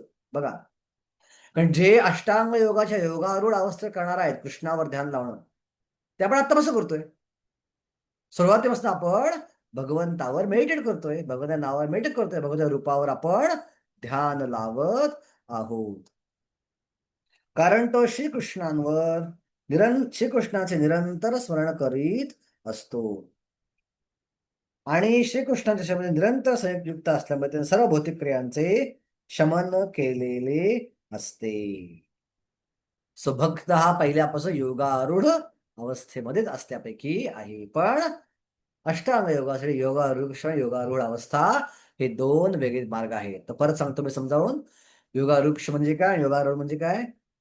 सो अष्टांग योगाची प्रॅक्टिस करायची असेल तर सुरुवातीच्या अवस्थेमध्ये डायरेक्ट जंगलात जाऊन पूर्णपणे समर्पित होऊन आपण ध्यान लावू शकत नाही. आपल्याला निष्काम कर्मयोग पण पहिला करावा लागतो. निष्काम कर्मयोग करत करत करत हृदय शुद्धी होत होत थोडा थोडा करत आपण ध्यान योगाची प्रॅक्टिस थोडा वेळ जाऊन जंगलात करू शकतो. तो निष्काम कर्म केलं नाही तर योग साधणार नाही. म्हणून ही झाली योगारुक्षु, योगाची सुरुवातीची प्रारंभिक अवस्था. पण ज्यावेळी व्यक्ती योगामध्ये प्रगत होईल आणि त्याचं मन संतुलित होईल पूर्णपणे, निष्काम कर्मयोगाद्वारे पण त्याच्या भौतिक इच्छा संपून जातील आणि त्याचं मन पूर्ण ताब्यात येईल, त्यावेळी त्याला परत कर्म करायची आवश्यकता नाही. त्यासाठी साधना काय आहे? कर्म सोडून देणं, कर्माचं शमन करणं ही साधना आहे. त्याला म्हणतात योग आरूढ अवस्था, ही योगाची प्रगत अवस्था. कळलं का प्रभूजी? तुम्ही प्रश्न विचारलाय, कोण आहे ते? प्रज्ञा माताजी, कळलं? योगारूढ आणि योगारूढ म्हणजे काय? हो हो ठीक. हो, समजलं प्रभू. हो. धन्यवाद. चला आता केव्हा, लक्षण काय आहे? कोणत्या अवस्थेत गेल्यावर आपण हे कर्म सोडून देऊ शकतो? कोणत्या लक्षणावरनं ओळखायचं की आपण योगारूढवरनं योगारूढ अवस्थेमध्ये गेलेलो आहोत? बघा किती थॉटफुल अर्जुन मला प्रश्न पडतायत. अर्जुन हुशार आहे आणि जो हुशार आहे त्याच्या मला प्रश्न पडतात. तर प्रश्न विचारणं हे बुद्धीचं लक्षण आहे, विचार करण्याचं. आणि अर्जुन कॉन्स्टंटली विचार करतो, पण कॉन्स्टंटली गीता ही पुढे पुढे चाललेली आहे. ओके, अर्जुन मला प्रश्न पडला की ठीक आहे, कळलं, एक योगारूढ अवस्था आहे, योगारूढ अवस्था आहे. सो केव्हा आपण कर्म करणं सोडलं पाहिजे? बघा उत्तर देतात, यदा हि नेंद्रिय अर्थेषु न च कर्म सुनिश्चिते सर्वसंकल्प संन्यासी योगारूढस्तरुच्यते. योगारूढाची व्याख्या इथे केलेली आहे. काय व्याख्या केली आहे? जेव्हा मनुष्य सर्व प्रकारच्या भौतिक इच्छांचा त्याग करतो, यदा हि इंद्रिय अर्थेषु, त्याला कोणताही इंद्रिय अर्थ नको आहे, इंद्रिय भोग नको आहे. यदा हि इंद्रिय अर्थेषु न कर्मसु अनुसज्जते, कोणत्याही तो सकाम कर्मामध्ये प्रवृत्त होत नाही. तो इंद्रिय तृप्त कर्मामध्ये आणि सकाम कर्मामध्ये प्रवृत्त होत नाही, तेव्हा तो योगारूढ असल्याचे म्हणले पाहिजे. सर्व संकल्प संन्यासी योगारूढ उच्यते. 3 गोष्टी आहेत. तो इंद्रिय भोगाचा विचार करत नाही, इंद्रिय भोग कुठे सकाम कर्म करत नाही, आणि त्याचा इच्छांचाच त्याग केलाय. सर्व संकल्प संन्यासी, इंद्रिय भोगाच्या इच्छेचाच त्यानं त्याग पूर्णपणे केलेला आहे. तो आहे योगारूढ. कृपादेव तात्पर्यामध्ये की जेव्हा मनुष्य भगवंताच्या दिव्य प्रेममय सेवेमध्ये पूर्णपणे युक्त होतो, तेव्हा तो स्वतःही तृप्त होतो, आणि याप्रमाणे तो इंद्रिय तृप्ती किंवा सकाम कर्मामध्ये संलग्न होत नाही. अन्यथा कर्म केल्या वाचून राहू शकत नसल्यामुळे त्याला इंद्रिय तृप्तीमध्ये रत व्हावेच लागते. कृष्ण भावनेशिवाय तो सतत स्वकेंद्रित किंवा व्यापक स्वार्थ कर्मांच्या शोधातच असतो. परंतु कृष्ण भावनाभय मनुष्य हा श्रीकृष्णांच्या संतुष्टी करता सर्व काही करू इच्छितो, आणि त्या योगे तो इंद्रिय तृप्तीपासून पूर्णपणे अनासक्त राहू शकतो. ज्या मनुष्याला या गोष्टीचा साक्षात्कार झालेला नाही, तो योगरूपी सोपानाच्या सर्वोच्च स्तरावर उन्नत होण्यापूर्वी भौतिक इच्छातून मुक्त होण्याचे यंत्रवत प्रयास करावे लागतात. ओके, तर ही पहिली सिरीज आपली संपली. श्लोक क्रमांक 1 ते 4 ची काय सिरीज होती? की योगी बनण्याची पात्रता काय आहे, योगी बनण्याची पूर्वावस्था काय आहे, योगारूढ अवस्था काय आहे, कोण योगी बनवू शकतो. आता श्लोक क्रमांक 5 ते 9 ही जी सिरीज आहे ती काय आहे? योगारूढ अवस्था काय आहे, योगारूढ अवस्थेची लक्षणं ही काय सांगितलेली आहेत. ही श्लोक क्रमांक 5 ते ओके श्लोक क्रमांक 5 ते 12 या अवस्थेमध्ये 5 ते 13 नाही श्लोक क्रमांक 5 ते 12 किंवा 5 ते 10 म्हणू शकतो आपण. 5 ते 9, सॉरी, श्लोक क्रमांक 5 ते 9 मध्ये ही योगारूढची लक्षणं सांगितली गेलेली आहेत. आपण ती बघूया. ओके. पहिलं लक्षण आपल्यासाठी, जरी योगांची लक्षणं आहेत, तर आपल्यासाठी फार महत्वाचे आहेत साधकांसाठी. तर भक्ती मार्गात पण हे बऱ्यापैकी ऍप्लिकेबल आहे. ओके, कारण का ही समस्या आपण भक्ती मार्गात पण भोगत असतो.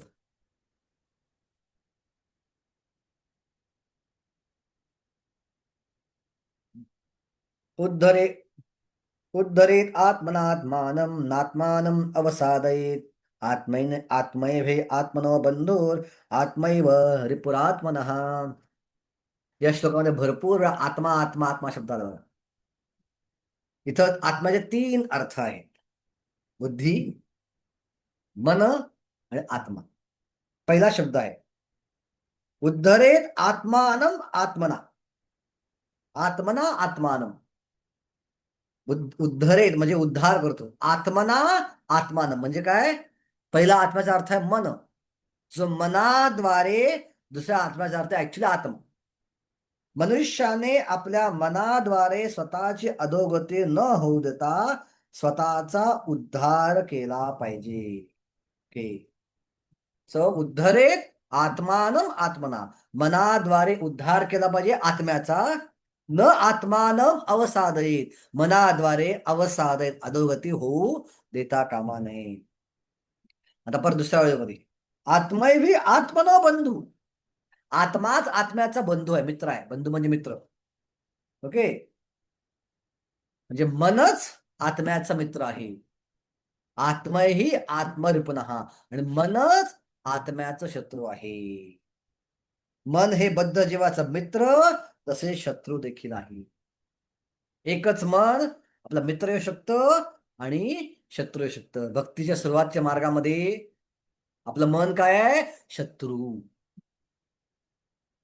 केवळ छळतं आपलं मन. जपाला बसलं की मोमेंट हात बिडबॅग मध्ये गेला, आणि मोमेंट हरे कृष्ण चालू झालं की सगळ्या जगभर मन फिरतं. कधी कधी वाटतं जप नाही करतो त्यावेळी मन कमी फिरतं ऍक्च्युली, पण जपामध्ये बोट घातलं की सगळ्या दिवसभराचे विचार, सगळे त्रास, सगळे दुःख, सगळे अपमान सगळे डोळ्यासमोर येतात. त्यांना अपमान केला, त्यांना असं बोलला, तसं बोलला, तसं बोलला. इतर अपमान, त्रास, दुःख, वैताग किंवा इच्छा. ही इच्छा आहे, ती इच्छा आहे, ती इच्छा आहे, ती इच्छा आहे, हे सगळं डोळ्यासमोर पकडावं लागतं. का बरं असं होतं? तर सुरुवातीच्या अवस्थेमध्ये आपण जप केलेला आपल्या मनाला आवडत नाही, पण मनावरती इंद्रिय भोगाचे संस्कार आहेत जन्मोजन्मीचे. आणि आपण जप करतो म्हणजे काय सांगतो मनाला? हे मना, कृपया राधा आणि कृष्ण सेवेत लाग. हे कृष्णा, हे राधाराणी, हे राम, मग कृपया माझ्या सेवेत लाव. आणि मनाला सेवा करायची इच्छा नाहीये. मन म्हणते तू मालक आहेस, तू का सेवा करायचीस? तर मनाला आवडत नाही ते. तर मन आपल्याला खेचायचा प्रयत्न करतं. अशा खेचणाऱ्या मनाला काय केलं पाहिजे? फटके दिले पाहिजेत. भक्तिसिद्धांत ठाकूर म्हणतात सकाळी उठल्या उठल्या आपण मनाला खेटरानं बडवलं पाहिजे. खेटरानं, चपलेनं. रोज सकाळी उठल्या चपलेनं बडवलं पाहिजे. चपलेनं बडवलं पाहिजे म्हणजे काय? हरे कृष्णाचा जप केला पाहिजे. जरी इच्छा असो अथवा नसो, मन खेचू दे अथवा न खेचू दे, मनाचा विचार करू नका. प्रपद म्हणतात फक्त बोला आणि ऐका. मन भरकडे तिकडे भरकडायचं तिकडे, पण बोला आणि ऐकत राहा. मन ऑटोमॅटिक कंट्रोलमध्ये येईल. कारण मन कसं वागतंय, त्याच्यावर जे संस्कार आहेत त्यानुसार वागते. आणि दुर्दैवानं मनावर जन्मोजन्मीचे इंद्रिय भोगाचे संस्कार आहेत, तर मन खेचणार आपलं दूर. पण ज्यावेळी आपण मनाचं न ऐकता जप करत राहू, एक वेळ अशी येते की मन पण भक्त बनतं. हरे कृष्ण ताकद खूप आहे. एक मंत्र जर बोलला तरी भगवत प्रेमाची ताकद आहे. मग का 16 माळाचा नियम सांगितलाय? 16 माळाचा नियम यासाठी सांगितला आहे की हरे कृष्ण ताकद आहे आत्म्याला भगवत प्रेम द्यायची, पण आपलं मन अजून भक्त नाहीये. सो मनाला भक्त बनवण्यासाठी हे सतत सतत सतत सतत जप केला पाहिजे. मनावरती इम्प्रेशन आले पाहिजे. मन कसं आहे? बांधलं गेलं इंद्रिया होती. श्रोत्रम चक्षुस्पर्शनम च रसनम घ्राणमेव च अधिष्ठाय मनश्चाय विषयान उपसेवते. मनाभोवती सगळे इंद्रिय बांधले गेले आहेत. सो मनावरती ज्या प्रकारे संस्कार असतील त्या प्रकारे इंद्रिय काम करतात आणि वाईस वर्षा इंद्रिय ज्या प्रकारे मनाला संस्कार देईल त्यानुसार पण मन काम करायला लागतं. आता आपण कसं काम करतोय? जन्मोजन्मीच्या मनावर संस्कार आहेत असं आपण तर काम करतोय. पण आपण साधना भक्ती करणं म्हणजे काय? साधना भक्तीमध्ये कुठेही मन नाही. साधना भक्तीची व्याख्या काय आहे? सर्वोपाधि विनिर्मुक्तम तत्परत निर्मलम ऋषिकेन ऋषिकेश सेवनम भक्तिरुत्तम. ऋषिकेन ऋषिकेश, इंद्रियांना भगवंताच्या सेवेत लावणार. मन आता लागणार नाही. जोपर्यंत निष्ठा स्तरावर जाणार नाही भक्तीच्या, भक्तीमध्ये मन लागणार नाही. इंद्रिय लावायची आहेत. ठीक आहे. भले मन भरकट दे भगवंताची आरती करायची आहे, भले मन भरकट दे जप करायचा आहे, भले मन भरकट दे भगवंतांना भोग दाखवायचा आहे, भले मन भरकट दे भक्ती असते क्लास ऐकायचा आहे, सत्संगाला जायचं आहे, आपला रेग्युलर सत्संग जो असतो तुला. मन म्हणो अथवा न म्हणो ते केलंच पाहिजे औषध म्हणून. ही आहे साधना भक्ती. सो लोक म्हणतात ना प्रभूजी मन लागत नाही भक्ती. मन लागणारच नाही भक्तीमध्ये. कसं लागेल मन? ते उच्च स्तर आहे मन लागणं भक्तीमध्ये. आता फक्त इंद्रियांना लावायचं आहे. आता काय होईल?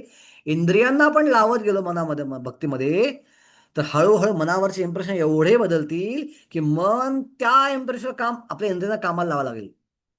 मग काही वर्षांनी आपलं मन भक्त बनेल आणि मन भक्त म्हणलं आपण जर आळस करू भक्तीमध्ये, मन सांगेल नाही ही भक्तीची वेळ आहे, घे माळा जप, कर जप.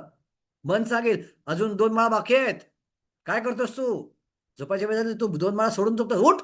आणि लगेच व्यक्ती जप करायला लागतो. त्याला आठवतं अरे माझ्या 2 माळा बाकी आहेत. कोण सांगतं? हे मन सांगतं. का मन आता हळूहळू भक्त बनायला लागलेलं आहे. म्हणून योगारूढाची अवस्था लक्षण काय आहे? ज्यानं आपल्या मनाला मित्र बनवले. मनावर नको शकतो योगारूढ अवस्था कोणती आहे. ओके. तात्पर्य प्रभुपाद लिहितात शेवटच्या 5 ओळीमध्ये, म्हणून मनाला अशा प्रकारे प्रशिक्षित केले पाहिजे जेणेकरून ते भौतिक प्रकृतीच्या झगमगाटाने आकर्षित होणार नाही आणि या प्रकारे बद्ध जीवाचे रक्षण होऊ शकेल. पण आपलं मन आकर्षित होणार, आपण त्या स्तरावर नाही होत. सो आपण मनाला काय केलं पाहिजे? आपण मला मूर्ख बनवलं पाहिजे. उदाहरणार्थ आपण जप करायला बसलो सकाळी सकाळी आणि जसं जप करायला बसलो विचार यायला लागले इंद्रिय भोगाचे, चुकीचे, प्लॅनिंगचे. काय करायचं? मनाला 3 प्रकारचे रिस्पॉन्स आहेत मनाशी डील करण्याचे. पहिलं, जे मन सांगते ते ऐकणं. दुसरं, जे मन सांगते ते अजिबात नाही करणं, मला गप बस म्हणणं. आणि तिसरं, मनाला सांगणं थांब, करीन मी, तुझ्या इच्छा नक्की पूर्ण करीन, आत्ता जप करू दे, आत्ता जरा थांब, आत्ता जरा थांब, आत्ता जरा थांब करत मूर्ख बनवलं पाहिजे. जसं हरिदास ठाकरे मूर्ख बनलो वेश्येला. जेव्हा वेश्या आले ते हरिदास ठाकरेंना बदनाम करण्यासाठी, वेश्या म्हणत होती मला तुमच्यावर आनंद घ्यायचा आहे, उपभोग घ्यायचा आहे. हरिदास ठाकरे काय म्हणले? नाही म्हणले का त्याला? नाही, हा तयार आहे मी, पण जर थांब माझ्या माळा पूर्ण होईल. परत दुसऱ्या शब्दावर जरा थांब माझ्या माळा पूर्ण होईल, नंतर जरा थांब माझ्या माळा पूर्ण नंतर. सो मनामध्ये विचारला काय म्हटलं? म्हणाला हा तुझ्या इच्छा पूर्ण करेन मी, पण आत्ता मी माळा करतो. हा एक मंत्र मला बोलते, हा बरं पुढचा एक मंत्र बोलते, बरं पुढचा एक मंत्र बोलते, ही एक माळ होऊ दे. असं करत करत करत करत आपण मनाला मूर्ख बनत राहायला पाहिजे. हा मनाला नियंत्रण करायचा पहिला उपाय. दुसरा उपाय, मनाला नियंत्रण करायचं मनाला टार्गेट दिले पाहिजे. मनाला काही चॅलेंज असेल ना तर मन कंट्रोल होत. की आज नरसिंह चतुर्दशी आहे, गुरुवारी नरसिंह चतुर्दशी आहे, आज 32 माळा करेन, 64 माळा करेन, 128 माळा करेन आणि हे पूर्ण करायचंच आहे. मन म्हणतो अरे चॅलेंज आहे, करूया चला. आणि मग त्या मन त्या चॅलेंज मध्ये गुंतून जातं. भागवतमचे एवढे स्कंद वाचेन, दिवसामध्ये हे पूर्ण करेन, कायम मनासमोर एवढे श्लोक पाठ करेन, एवढे पुस्तक वाचून काढेन, एवढ्या लोकांचा प्रचार करेन. काहीतरी टार्गेट लोकांसमोर मनासमोर पाहिजे. तर भक्तीचं टार्गेट, हे टार्गेट मनासमोर असेल तर मन त्यामध्ये गुंतून राहतं. काहीतरी ध्येय पाहिजे. ध्येय विना असंच भक्ती करणं साधना अवस्थेमध्ये फार अवघड आहे. मन आपला खाली खेचणारच. विशेष ब्रह्मचर्य आश्रममध्ये आपण पाहतो की जे लोक ब्रह्मचर्य आश्रम सोडतात, का सोडतात? कारण त्यांचं मन जे आहे हे गुरुच्या मिशन मध्ये पूर्णपणे संलग्न नसतं. आम्हाला गौरामपूर काम सांगायचे की गृहस्थाचं मन कंट्रोलमध्ये का असतं? गृहस्थाचं मन एंगेज आहे भरपूर गोष्टींमध्ये. आत्मजाया सुता गारा पशु द्रविड बंधुषू. गृहस्थाला बायको सांभाळायची, गृहस्थाला मुलं सांभाळायचे, गृहस्थाला नवरा सांभाळायचा आहे, पैसा मिळवायचा आहे, नातेवाईक सांभाळायचे आहेत, अकाउंट वाढवायचं आहे, घरं घ्यायची आहेत, आणि एवढं करून जप पण करायचं आहे. तुझा वेळच नाही विचार करायला. ज्यावेळी आम्ही सगळं सोडून ब्रह्मचर्य आश्रमात येतो, काय होतं? सगळं सोडून जातं आणि एकच उरतं काय? साधना, भक्ती. तर होतं काय? ही मनाची स्पेस जी आहे ना, जी इतर गोष्टी मोकळी आहे, ती जर भरली नाही भक्तीने व्यवस्थित, तर ती खाते, ती मनाला खाऊन टाकते. म्हणून ती स्पेस जी आहे ती गुरुच्या मिशननं भरून निघाली नाही तर संन्यासी आणि ब्रह्मचार्य ते मेंटेन करणं फार अवघड जातं. आणि ते जर करू शकलो नाही आपण तर त्याला रस मिळत नाही ब्रह्मचर्य आश्रमात किंवा संन्यास आश्रमात. आणि तो संन्यास आणि ब्रह्मचर्याचा त्याग करतो आणि गृहस्थ बनून जीवन जगतो. हरकत नाही, चुकीचं काहीच नाही त्यामध्ये. महाराज म्हणतात कायम की ब्रह्मचारी गृहस्थ बनला तर ते ग्रॅज्युएशन आहे. ते एका प्रकारे तो ग्रॅज्युएट झाला आणि तो पोस्ट ग्रॅज्युएट स्टडीमध्ये त्यानं प्रवेश केलेला आहे. चुकीचं काहीच नाही. पण मुख्य कारण काय सोडायचं? तर त्याची स्पेस जी आहे ती फिलअप झालेली नाहीये. तो भाग भरला गेलेला नाहीये. आणि का झालं? कारण मन व्यवस्थित चॅलेंजिंग सिच्युएशन मध्ये गुंतवलं गेलं नाही त्याचं, म्हणून असं होतं. ओके.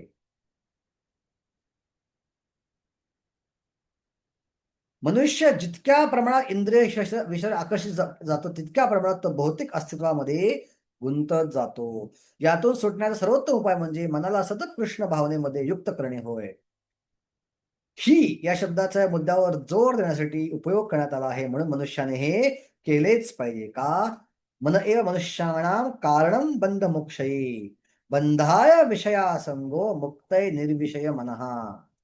अमृत बिंदू उपनिषद आहे, त्यात सांगितले आहे की मनुष्यासाठी मन हे बंधनाचे मुक्तीचे कारण आहे. इंद्रिय विषय संलग्न झालेले मन हे बंधनास कारणीभूत असते. इंद्रिय विषय मानस झालेले मन हे मुक्तीस कारणीभूत असते. म्हणून जे मन निरंतर कृष्ण भावने संलग्न असते तेच परम मुक्तीस कारणीभूत असते. ओके. आता हा श्लोक ऐकल्यानंतर अर्जुनाच्या मनात प्रश्न पडला. काय प्रश्न पडला? की कुणाचा मन हे मित्र आहे आणि मन हे कुणाचं शत्रू आहे? नक्की कुणाचं मित्र आहे मन, कुणाचं हे शत्रू आहे मन? आणि त्याचं उत्तर भगवंत 6व्या श्लोकात देत आहे. बंधुरात्मा मनस्तस्य येनात्मै आत्मनाजिता अनात्मनस्य शत्रुत्वे वर्तयतात्मैव शत्रुवत. ज्याने मन जिंकलेले आहे. बंधुर आत्मात मनस्तस्य, बंधुर आत्मात मनस्तस्य. ज्यानं, आता 2 शब्द आहेत, आत्मनः आणि बंधुर आत्मनः. आत्मा आत्मनास्तस्य, आत्म्याद्वारे आत्म्याला जिंकले. म्हणजे काय? मनाद्वारे किंवा आत्म्याद्वारे मनाला जिंकलेलं आहे. ज्याने मनाला जिंकलेलं आहे. येनात्मै आत्मना जिता. कसं मनाला जिंकावं लागतं? बुद्धीद्वारे मनाला जिंकावं लागतं. बुद्धीद्वारे चॅलेंज आपण मनाला दिले, सो मनापेक्षा बुद्धी श्रेष्ठ आहे. सो बुद्धीद्वारे मनाला कंट्रोल करावं लागतं. येन आत्मै आत्मना जिता, किंवा आत्म्याद्वारे मनाला जिंकावं लागतं. सो जे मनापेक्षा श्रेष्ठ आहे, बुद्धी आणि आत्मा, त्याच्याद्वारे मन आपण कंट्रोल करू शकतो. येनात्मै आत्मना जिता. म्हणून म्हणले ज्याने मनाला जिंकले आहे त्यासाठी बंधुर मन हे सर्वोत्तम मित्र आहे. अनाथ मनस्तु शत्रुत्व. परंतु असं करण्यामध्ये जो अपयशी ठरला आहे त्यासाठी वर्तयत आत्मैव शत्रुव. त्यासाठी मन हे आत्मपरत मन आहे, परमशत्रू आहे. त्याचं मन हे खूप भयानक शत्रू आहे. बघा, तर मन जिंकलं आहे, मन त्याचा फार मित्र आहे चांगला. जसं मन जिंकलं नाही, मन भयानक शत्रू. जर आपली जी अवस्था आहे ती कुठली अवस्था आहे? मन शत्रू असल्याची आपली अवस्था आहे. ओके. जोपर्यंत तात्पर्यात शेवटच्या 4-5 ओळी देतात, जोपर्यंत मनुष्याचे मन हे अविजित शत्रू राहते तोपर्यंत त्याला काम, क्रोध, लोभ, मोह इत्यादींच्या आदेशांचे पालन करावे लागते. परंतु मन जेव्हा जिंकले जाते तेव्हा मनुष्य स्वेच्छेने परमात्मा रूपाने प्रत्येकाच्या हृदयात स्थित असणाऱ्या पुरुषोत्तम श्री भगवान यांच्या आज्ञांचे पालन करण्याचे मान्य करतो.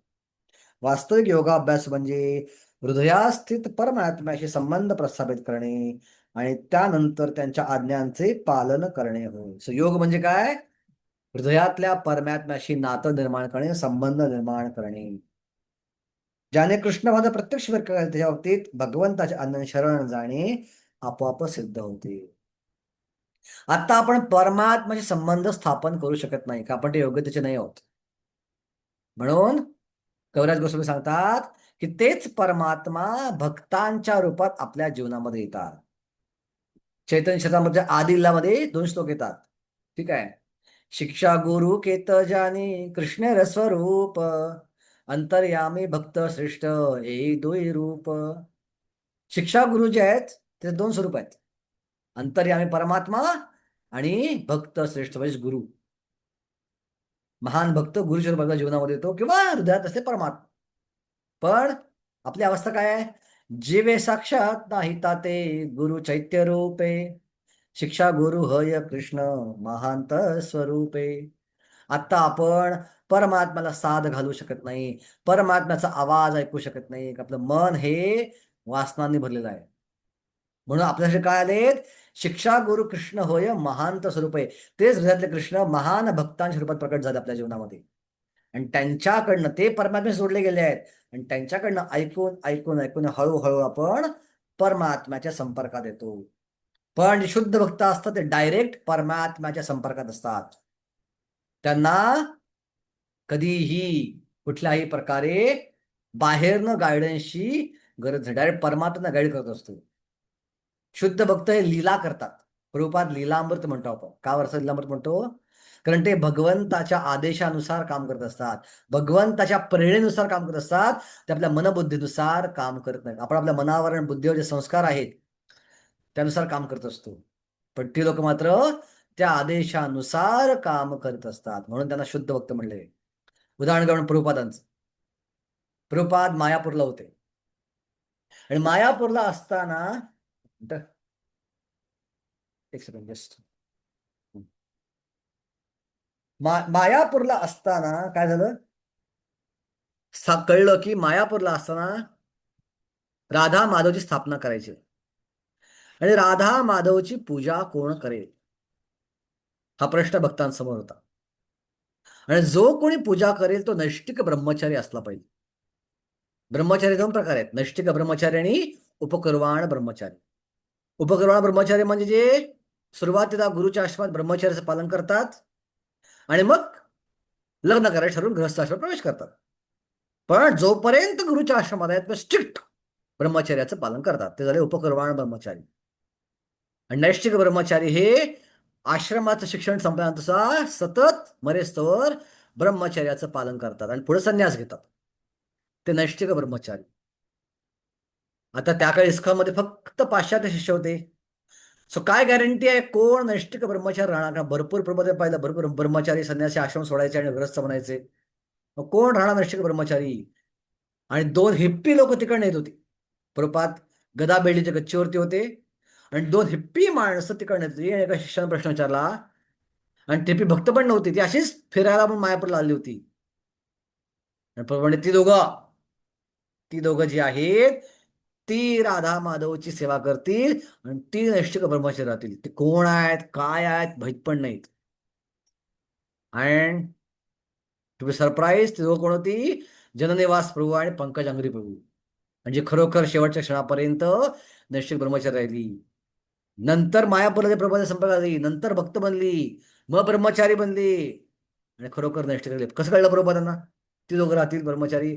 ते कोण आहेत, नाव गाव पत्ता काहीच माहित नाही. ह्याला म्हणतात परमात्म्याशी कनेक्शन.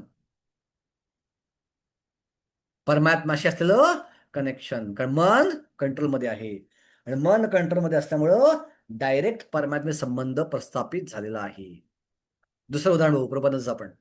आपण असं बोलतो कोणावर गॅरंटेड हे दोघं ब्रह्मचारी राहतील म्हणून नाही. किंवा भक्ती ठाकूर डायरेक्टली प्रभुपादा म्हणले, बघितलं म्हणले की हा तू अमेरिकेतून प्रचार कर. प्रभुपादांना आश्चर्य वाटलं, कसं काय शक्य कळलं यांना? हे परमात्म्याशी संबंध होता.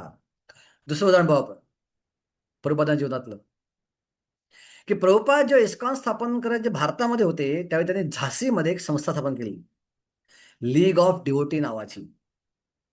आणि एक राधा मेमोरियल नावाची जागा होती, जी का मोठ्या व्यक्तीनं दान करून टाकली प्रभुपादांना, की इथे एनिवे काही होत नाहीये, तुम्ही जागा वापरा, चांगलं काम करताय. पण नंतर झालं काय, की उत्तर प्रदेशच्या गव्हर्नरची बायको होती, के मुंशीची बायको मिसेस मुंशी नावाची होती, आणि तिला ती जागा पाहिजे होती महिला सबलीकरणासाठी, महिला सक्षमीकरणासाठी. आणि तिनं बर्डन आणलं, दबाव आणला त्या जागेच्या मालकांवरती. आणि पहिला करारपत्र ठरलं होतं की ही जागा तुम्हाला फ्रीमध्ये आम्ही दान करत आहोत, करारपत्र झालं होतं. आणि दबाव आणला की नाही, ती जागा मला पाहिजे. आणि पहिला फ्रीमध्ये जागा ठरलं होतं आणि त्या मालकानं पैसे मागायला चालू केलं, तुम्हाला एवढी एवढी रक्कम भरावी लागेल. आणि प्रभुपादाकडे पैसे नाही, त्याला माहित होतं, आणि पैसे नसल्यामुळे ती जागा सोडतील हा अंदाज त्यांचा होता. आता प्रभुपादांची लिगल पोझिशन खूप स्ट्रॉंग होती. लिगली प्रभुपाद म्हणतात, जर प्रभुपाद लिलावरती वाचला असेल सत्सर महाराजांचं, तर प्रभुपाद म्हणतात त्यामध्ये की जर मी लिगली फाईट केलं असतं, जर मी लिगली लढलो असतो तर सहजगत्या केस जिंकू शकलो असतो. पण प्रभुपादांनी नाही केलं तसं. पण ठीक आहे, मला भांडत बसायचं नाहीये, मी जागा सोडतो. आणि प्रभुपादांनी सोडली जागा ते. मग ती जागा सोडल्यानंतर प्रभुपादांनी संन्यास घेतला. त्याआधी तोपर्यंत प्रभुपाद ग्रस्तच होते, तोपर्यंत व्यापार चालू होता. इव्हन मधल्या काळात प्रयत्न पण केला की एवढे पैसे मागतो तर व्यापार करावा, आणि पैसे जमा करावेत आणि भरावेत, जागा आपल्या ताब्यात घ्यावीत. आणि प्रभुपादाचा प्रचार खूप छान चालला होता. अनेक तरुण मुलं आकर्षित प्रभुपादाकडे होत होती भारतातली. आणि प्रभुपाद विचार करतो या तरुणांना ट्रेन करावं आणि अमेरिकेत पाठवावं, पण नाही झालं.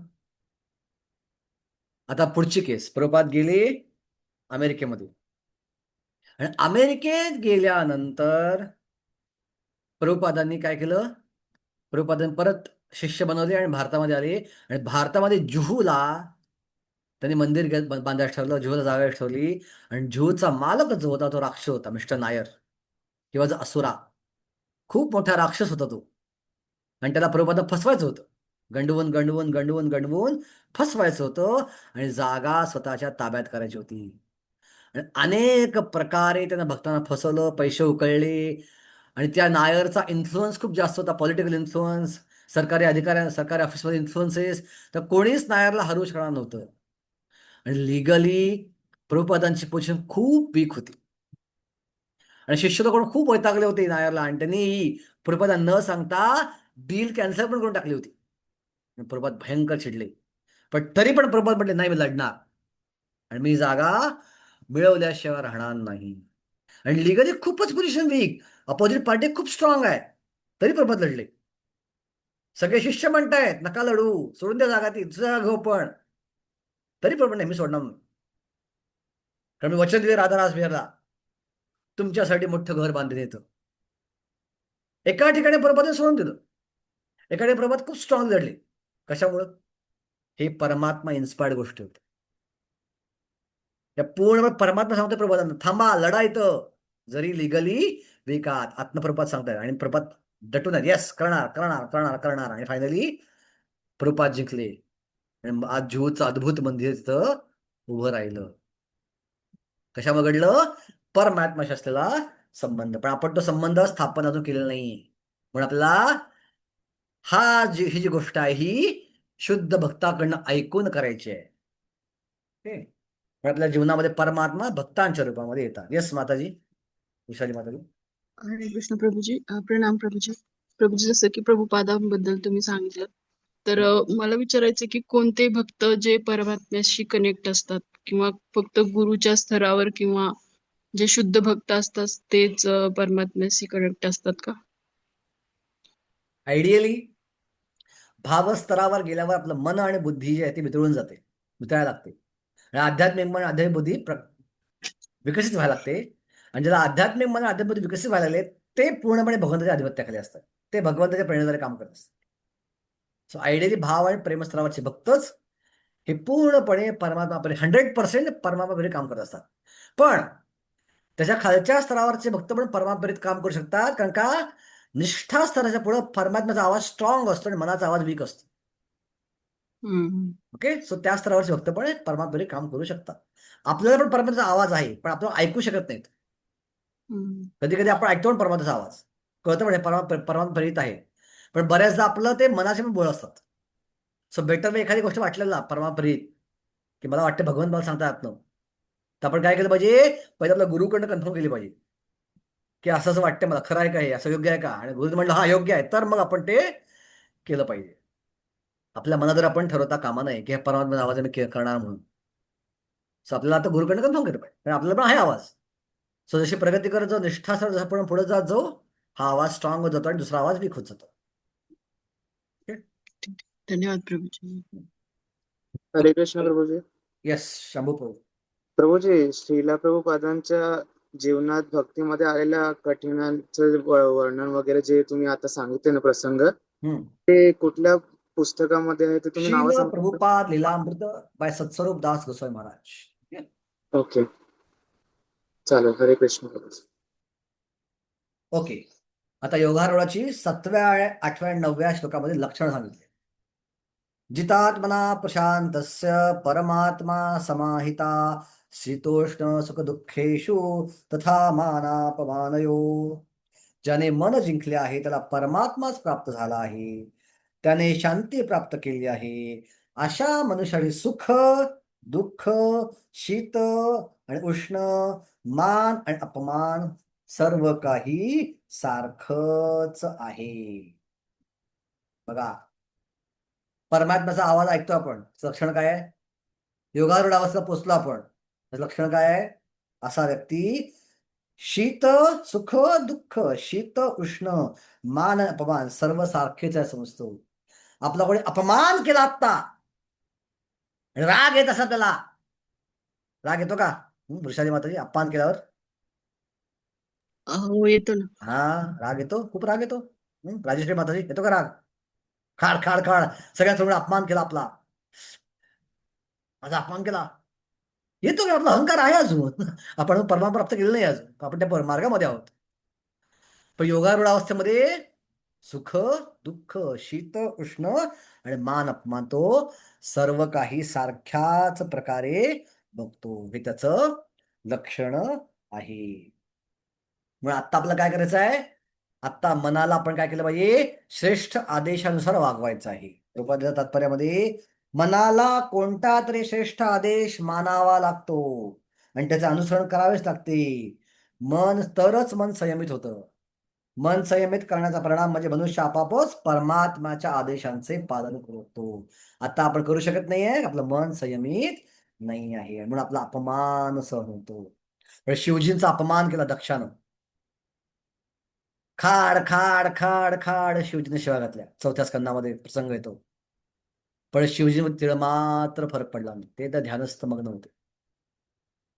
शब्दम शुद्धम वसुदैव शब्दितम यदि येते तत्र पुमान भावृता शब्देच तस्मिन् भगवान वासुदेव ह्यदुक्षजो मे नमसा विधीयते. शिवजी आपल्या साधनेमध्ये एवढे मग्न होते की त्या अपमानाचा काहीच परिणाम त्यांच्यावर झाला नाही. ते पूर्णपणे शांत होते आणि हसत हास्य करीत अपमान झाल्या ठिकाणून ते निघून गेले. अजिबात लोक चिडले पण नाहीत, पण ते पूर्णपणे परमात्म्याशी संलग्न होते. त्यानंतर परीक्षित महाराजांचा अपमान झाला. कोणी केला? शृंगीनं अपमान केला, शाप देऊन. पण परीक्षित महाराजांचा विचार काय आहे की हा शाप जो आहे माझ्या जीवनामध्ये भगवंताच्या रूपात आलाय, भाग्यवान मला शाप मिळाला. तस्सैम्याघस्य परावरेषु व्यासक्त चित्तस्य गृहेषु अभीक्ष्णशा निर्वेद मूलो द्विजशाप रूपो यत्र प्रसक्तां भयमाशु दत्ते. निर्वेद मूलो द्विजशाप रूपो, भगवंत जे शापाच्या रूपात माझ्या जीवनामध्ये आले, ज्यांच्यावर आसक्ती ठेवल्यावरती, की ज्यांच्यामुळे माझी आसक्ती आहे ती फुटून जाईल आणि मी भगवत धामात जाऊ शकेल. आणि म्हणून माझे गृहस्थ जीवनावरची आसक्ती तोडण्यासाठी भगवंतच शापाच्या रूपात माझ्या जीवनामध्ये आलेले आहेत. आणि ज्या शमीक ऋषींना कळतं की परीक्षा मला शाप मिळालाय, ते परीक्षेचं गुणगान करतात. तिरस्कृता विप्रलब्धा क्षप्ता क्षिप्ता हतापि नसत्यात प्रतिकुर्वन्ति तद्भक्ता प्रभोपी. जर कधी आपला अहंकार झाला, शंभू प्रभू मी महान भक्त आहे, ठीक आहे, किंवा तुम्हाला वाटलं निताय चैतन्य प्रभू महान भक्त आहेत, ते फार महान भक्त आहेत, फार छान गीता बोलतात, असं कधी वाटलं? एक टेस्ट आहे, टेस्ट. तिरस्कृता, आपल्याला कोणी तिरस्कार केला, विप्रलब्धा कोणी फसवलं, क्षप्ता कोणी आपल्याला शाप दिला, क्षिप्ता कोणी मारलं, कोणी दुर्लक्ष केलं आपल्याकडं, हता कोणी मारलं, नस्य त्यात प्रतिकुर्वंती तद्भक्ता प्रभोपी. हे काही घडलं तरी शुद्ध भक्तीचा प्रतिकार करायला जात नाही, तो खरा भक्त, तो खरा भक्त. नस्य त्यात प्रतिकुर्वंत. युधिष्ठिर महाराज अशा प्रकारचे भक्त होते. इतकं कौरवांनी छळलं पण युधिष्ठिर महाराज एकदाही कौरवांचा प्रतिकार केला नाही, कायम कौरवांना माफच करत राहिले. शेवटी युद्ध केलं भगवंताची इच्छा म्हणून. पांडव तयार होते जंगलात राहायला, पांडव जंगलात काय प्रॉब्लेम नाही, संतुष्ट आहोत, पण भगवंताने सांगितलं ही माझी इच्छा आहे आणि माझी इच्छा म्हणून तुम्हाला युद्ध करावं लागेल. सो योगारूढ अवस्था योगासाठी आहे, आपल्यासाठी ही अवस्था आहे, भक्तीची ही अवस्था आहे. येस माताजी. प्रभूजी इथं ह्या श्लोक मध्ये जसं की सुख दुःख आणि मान अपमान हे सारखेच ठीक आहे, हे तर समजू शकते, पण शीत आणि उष्ण हे सारखंच म्हणजे काय मला समजत नाही. आता उन्हाळा, कडकडू उन्हाळा आहे. तुम्ही राहता कुठं, कुठल्या गावात राहता? प्रभूजी मी बीड जिल्हा अंबाजोगाई मध्ये राहते. ओके, बीड. बीड म्हणजे मराठवाडा ना? मराठवाडा. किती तापमान तिकडे राहतं बीडमध्ये? 42, 43. 42. आमच्याकडे पालघरला 41 तापमान आहे. सो 42 तापमान आहे आणि मग एवढं उकडतंय आणि तुम्हाला नोकरीसाठी बाहेर जावं लागेल, तू जाल ना? हो. असं विचार का उन्हा आहे नोकरी सोडून देऊ? नाही. सो त्याचप्रमाणे शीत असू दे, उष्ण असू दे, सुख असू दे, दुःख असू दे, योगी व्यक्ती आपली योग साधना सोडत नाही. मान येऊ दे, अपमान होऊ दे, आपण भक्ती सोडायची नाही, योगासाठी योग साधना सोडायची नाही. कितीही शारीरिक कष्ट जरी आले तरी भक्तिमय मार्ग सोडायचा नाही. ओके, थंडी येऊ दे खूप किंवा भरपूर गरमी होते, माझी 16 माळाचा जप मी सोडणार नाही. आता अर्थ. धन्यवाद प्रभू. ओके, आता ह्याच्यावरची पुढची अवस्था, ही जी आता अवस्था बघितली पण लोअर अवस्था आहे, ह्याच्या पुढची अवस्था काय? ज्ञान विज्ञान तृप्तात्मा कूटस्थो विजितेंद्रिय युक्त इति उच्यते योगी समलोष्टाश्म कांचनः. जेव्हा मनुष्य अर्जित ज्ञान आणि साक्षात्काराद्वारे पूर्ण प्राप्त होतो तेव्हा तो योगी किंवा आत्मा साक्षात्कार स्थिर झाला आहे असे म्हटले पाहिजे. असा मनुष्य काय पाहतो? आत्मसंयम असतो तो गारेचे खडे, दगड, सोने इत्यादी सर्व समदृष्टीने पाहतो. फक्त मान अपमान सहन करत नाही, तर सोनं, दगड म्हणजे गारा पडतात, त्या गारेचे खडे एकाच दृष्टीने पाहतो. हे सोपं नाही, हे अजून त्याच्यावरची अवस्था आहे. पुरंदर नावाचा संत होता, पुरंदर भक्त, कृष्णदेवरायाच्या राज्यामध्ये मोठे भक्त होते. त्याची गोष्ट येते की पुरंदर आणि त्याची बायको हे कीर्तनकर गावात फिरायचे आणि फिरता फिरता ते कृष्णदेवरायाच्या राज्यामध्ये आले आणि ते कीर्तन त्यांचं ऐकलं आणि कृष्णदेवरायांनी त्यांना बोललं हंपीमध्ये दरबारामध्ये, आणि त्याचं कीर्तन फार खुश झाले आणि ते म्हणले तुम्ही माझ्या राज्यातच थांबा आणि तुम्हाला मी सगळी व्यवस्था करतो आणि रोज दरबारातून कीर्तन करा. आणि ते ठीक आहे. पण पुरंदर पूर्वायुष्यामध्ये एक व्यापारी होता आणि व्यापार म्हणले थोडं खोटं बोलावं लागतं, थोडं फसावं लागतं. सो सैनिकांनी सांगितलं राजाला की हा व्यापारी होता आणि त्याला पाहिलं आम्ही व्यापार करताना, तो खोटं बोलायचा, सो संत म्हणून स्वीकारता का तुम्ही? सो पुरंदर म्हणला, राजा म्हणला ठीक आहे मी पुरंदरची परीक्षा पाहिजे. राजाने काय केलं, 10 सुंदर हिरे तांदळामध्ये लपवले आणि पुरंदरला ते तांदूळ भिक्षा म्हणून दिली. राजा म्हणला जर पुरंदर खरोखर भक्त असेल तर हिरे मला परत आणून देईल, आणि जर तो भक्त असेल तर हिरे लगत ठेवेल आणि पैशाचा भोग घेईल. आणि संध्याकाळपर्यंत राजा वाट पाहिली, हिरे काय परत आले नाहीत. राजा गेला पुरंदरच्याकडं आणि पुरंदरला म्हणला की अरे तुला हिऱ्याचा मोह आहे कारण तू हिरे मला परत दिले नाहीस. पुरंदर म्हटला मी तांदळाकडे बघितलं पण नाही, तांदूळ माझ्या बायकोकडे गेले, माझी बायको स्वयंपाक करते, तिला विचारा. मग राजा बायकोकडे गेला, म्हटला तू पैशाची लोभी आहेस कारण त्याला 10 हिरे टाकले होते त्यामध्ये मी, आणि ते हिरे तू परत केले नाहीस. आणि त्या बायको म्हणते मी तांदूळ निवडत होते आणि निवडता निवडता काही काळे खडे आले आणि काही लुकलुकणारे खडे आले. हे दोन्ही खडे मी कचरा कोंडीत टाकले. तुला वाटतं जाऊन बघ कचरा कोंडीमध्ये आहेत का. आणि कचरा कोंडी पाहिलं राजान जाऊन 10 हिरे आहे तशी तशी. बघा, काळा दगड आणि हिऱ्यामध्ये ती स्त्री काहीच फरक करते. समलोष्टाश्म कांचनहा. दगड आणि सोनं यात काहीच फरक नाही. खूप उच्च स्तर आहे. आपण अजून त्या स्तरावरती नाही आहोत. ओके. आणि आता फायनली त्याच्याही वरचं असतं. ओके, हा झाला अजून खालचं स्तर. श्लोक क्रमांक 7 आहे ती थोडी योगारूढची चांगली अवस्था. त्याच्यावरच्या अवस्था म्हणजे श्लोक क्रमांक 8, दगडाला आणि सोन्याला एकाच प्रकारे पाहणं. आणि सगळ्यात हायेस्ट लक्षण योगारूढ अवस्थेचं. सुरून मित्रान सुरून मित्र अरे उदासीन मध्यस्थ मध्यस्थ देशबंधुषु साधुषु अपि च पापेषु समबुद्धिर्विशेषते. जेव्हा मनुष्य प्रामाणिक हितचिंतक, सुहृद, तटस्थ, द्वेषी, मित्र आणि शत्रू, पुण्यवान आणि पापी या सर्वांकडे समबुद्धीने पाहतो तेव्हा तो अधिक प्रगत किंवा विशेष मानला जातो. बघा, नुसतं दगडाला आणि सोनं समान पाहिजे नाहीये. इथं ते तर निर्जीव वस्तू आहेत. नुसतं मान आपण सहन करायचा नाहीये. तो सहन करू एक वेळ, पण सगळ्यात अवघड काय आहे. सुहृद, हितचिंतक, तटस्थ, मध्यस्थ, द्वेषी, मित्र, शत्रू, पुण्यवान आणि पापी या सगळ्यांकडे सम पाहणं सोपं गोष्ट नाही. द्वेषी आपला जो द्वेष करतो आणि जो मित्र आहे दोघांकडे समान पाहणं सोपं आहे का. नाही. आपण द्वेषी माणसाला दूर ठेवतो आपल्यापासून, मित्राला जवळ ठेवतो. ठीक आहे. पुण्यवान माणसाकडे आपण आदरानं पाहतो, पापी माणसाकडे आपण द्वेषानं पाहतो. पण पुण्यवंताकडं आणि पापीकडं समान दृष्टीनं पाहणं सोपं नाही. ओके. म्हणून ही योगारूढाची सर्वोच्च समत्व.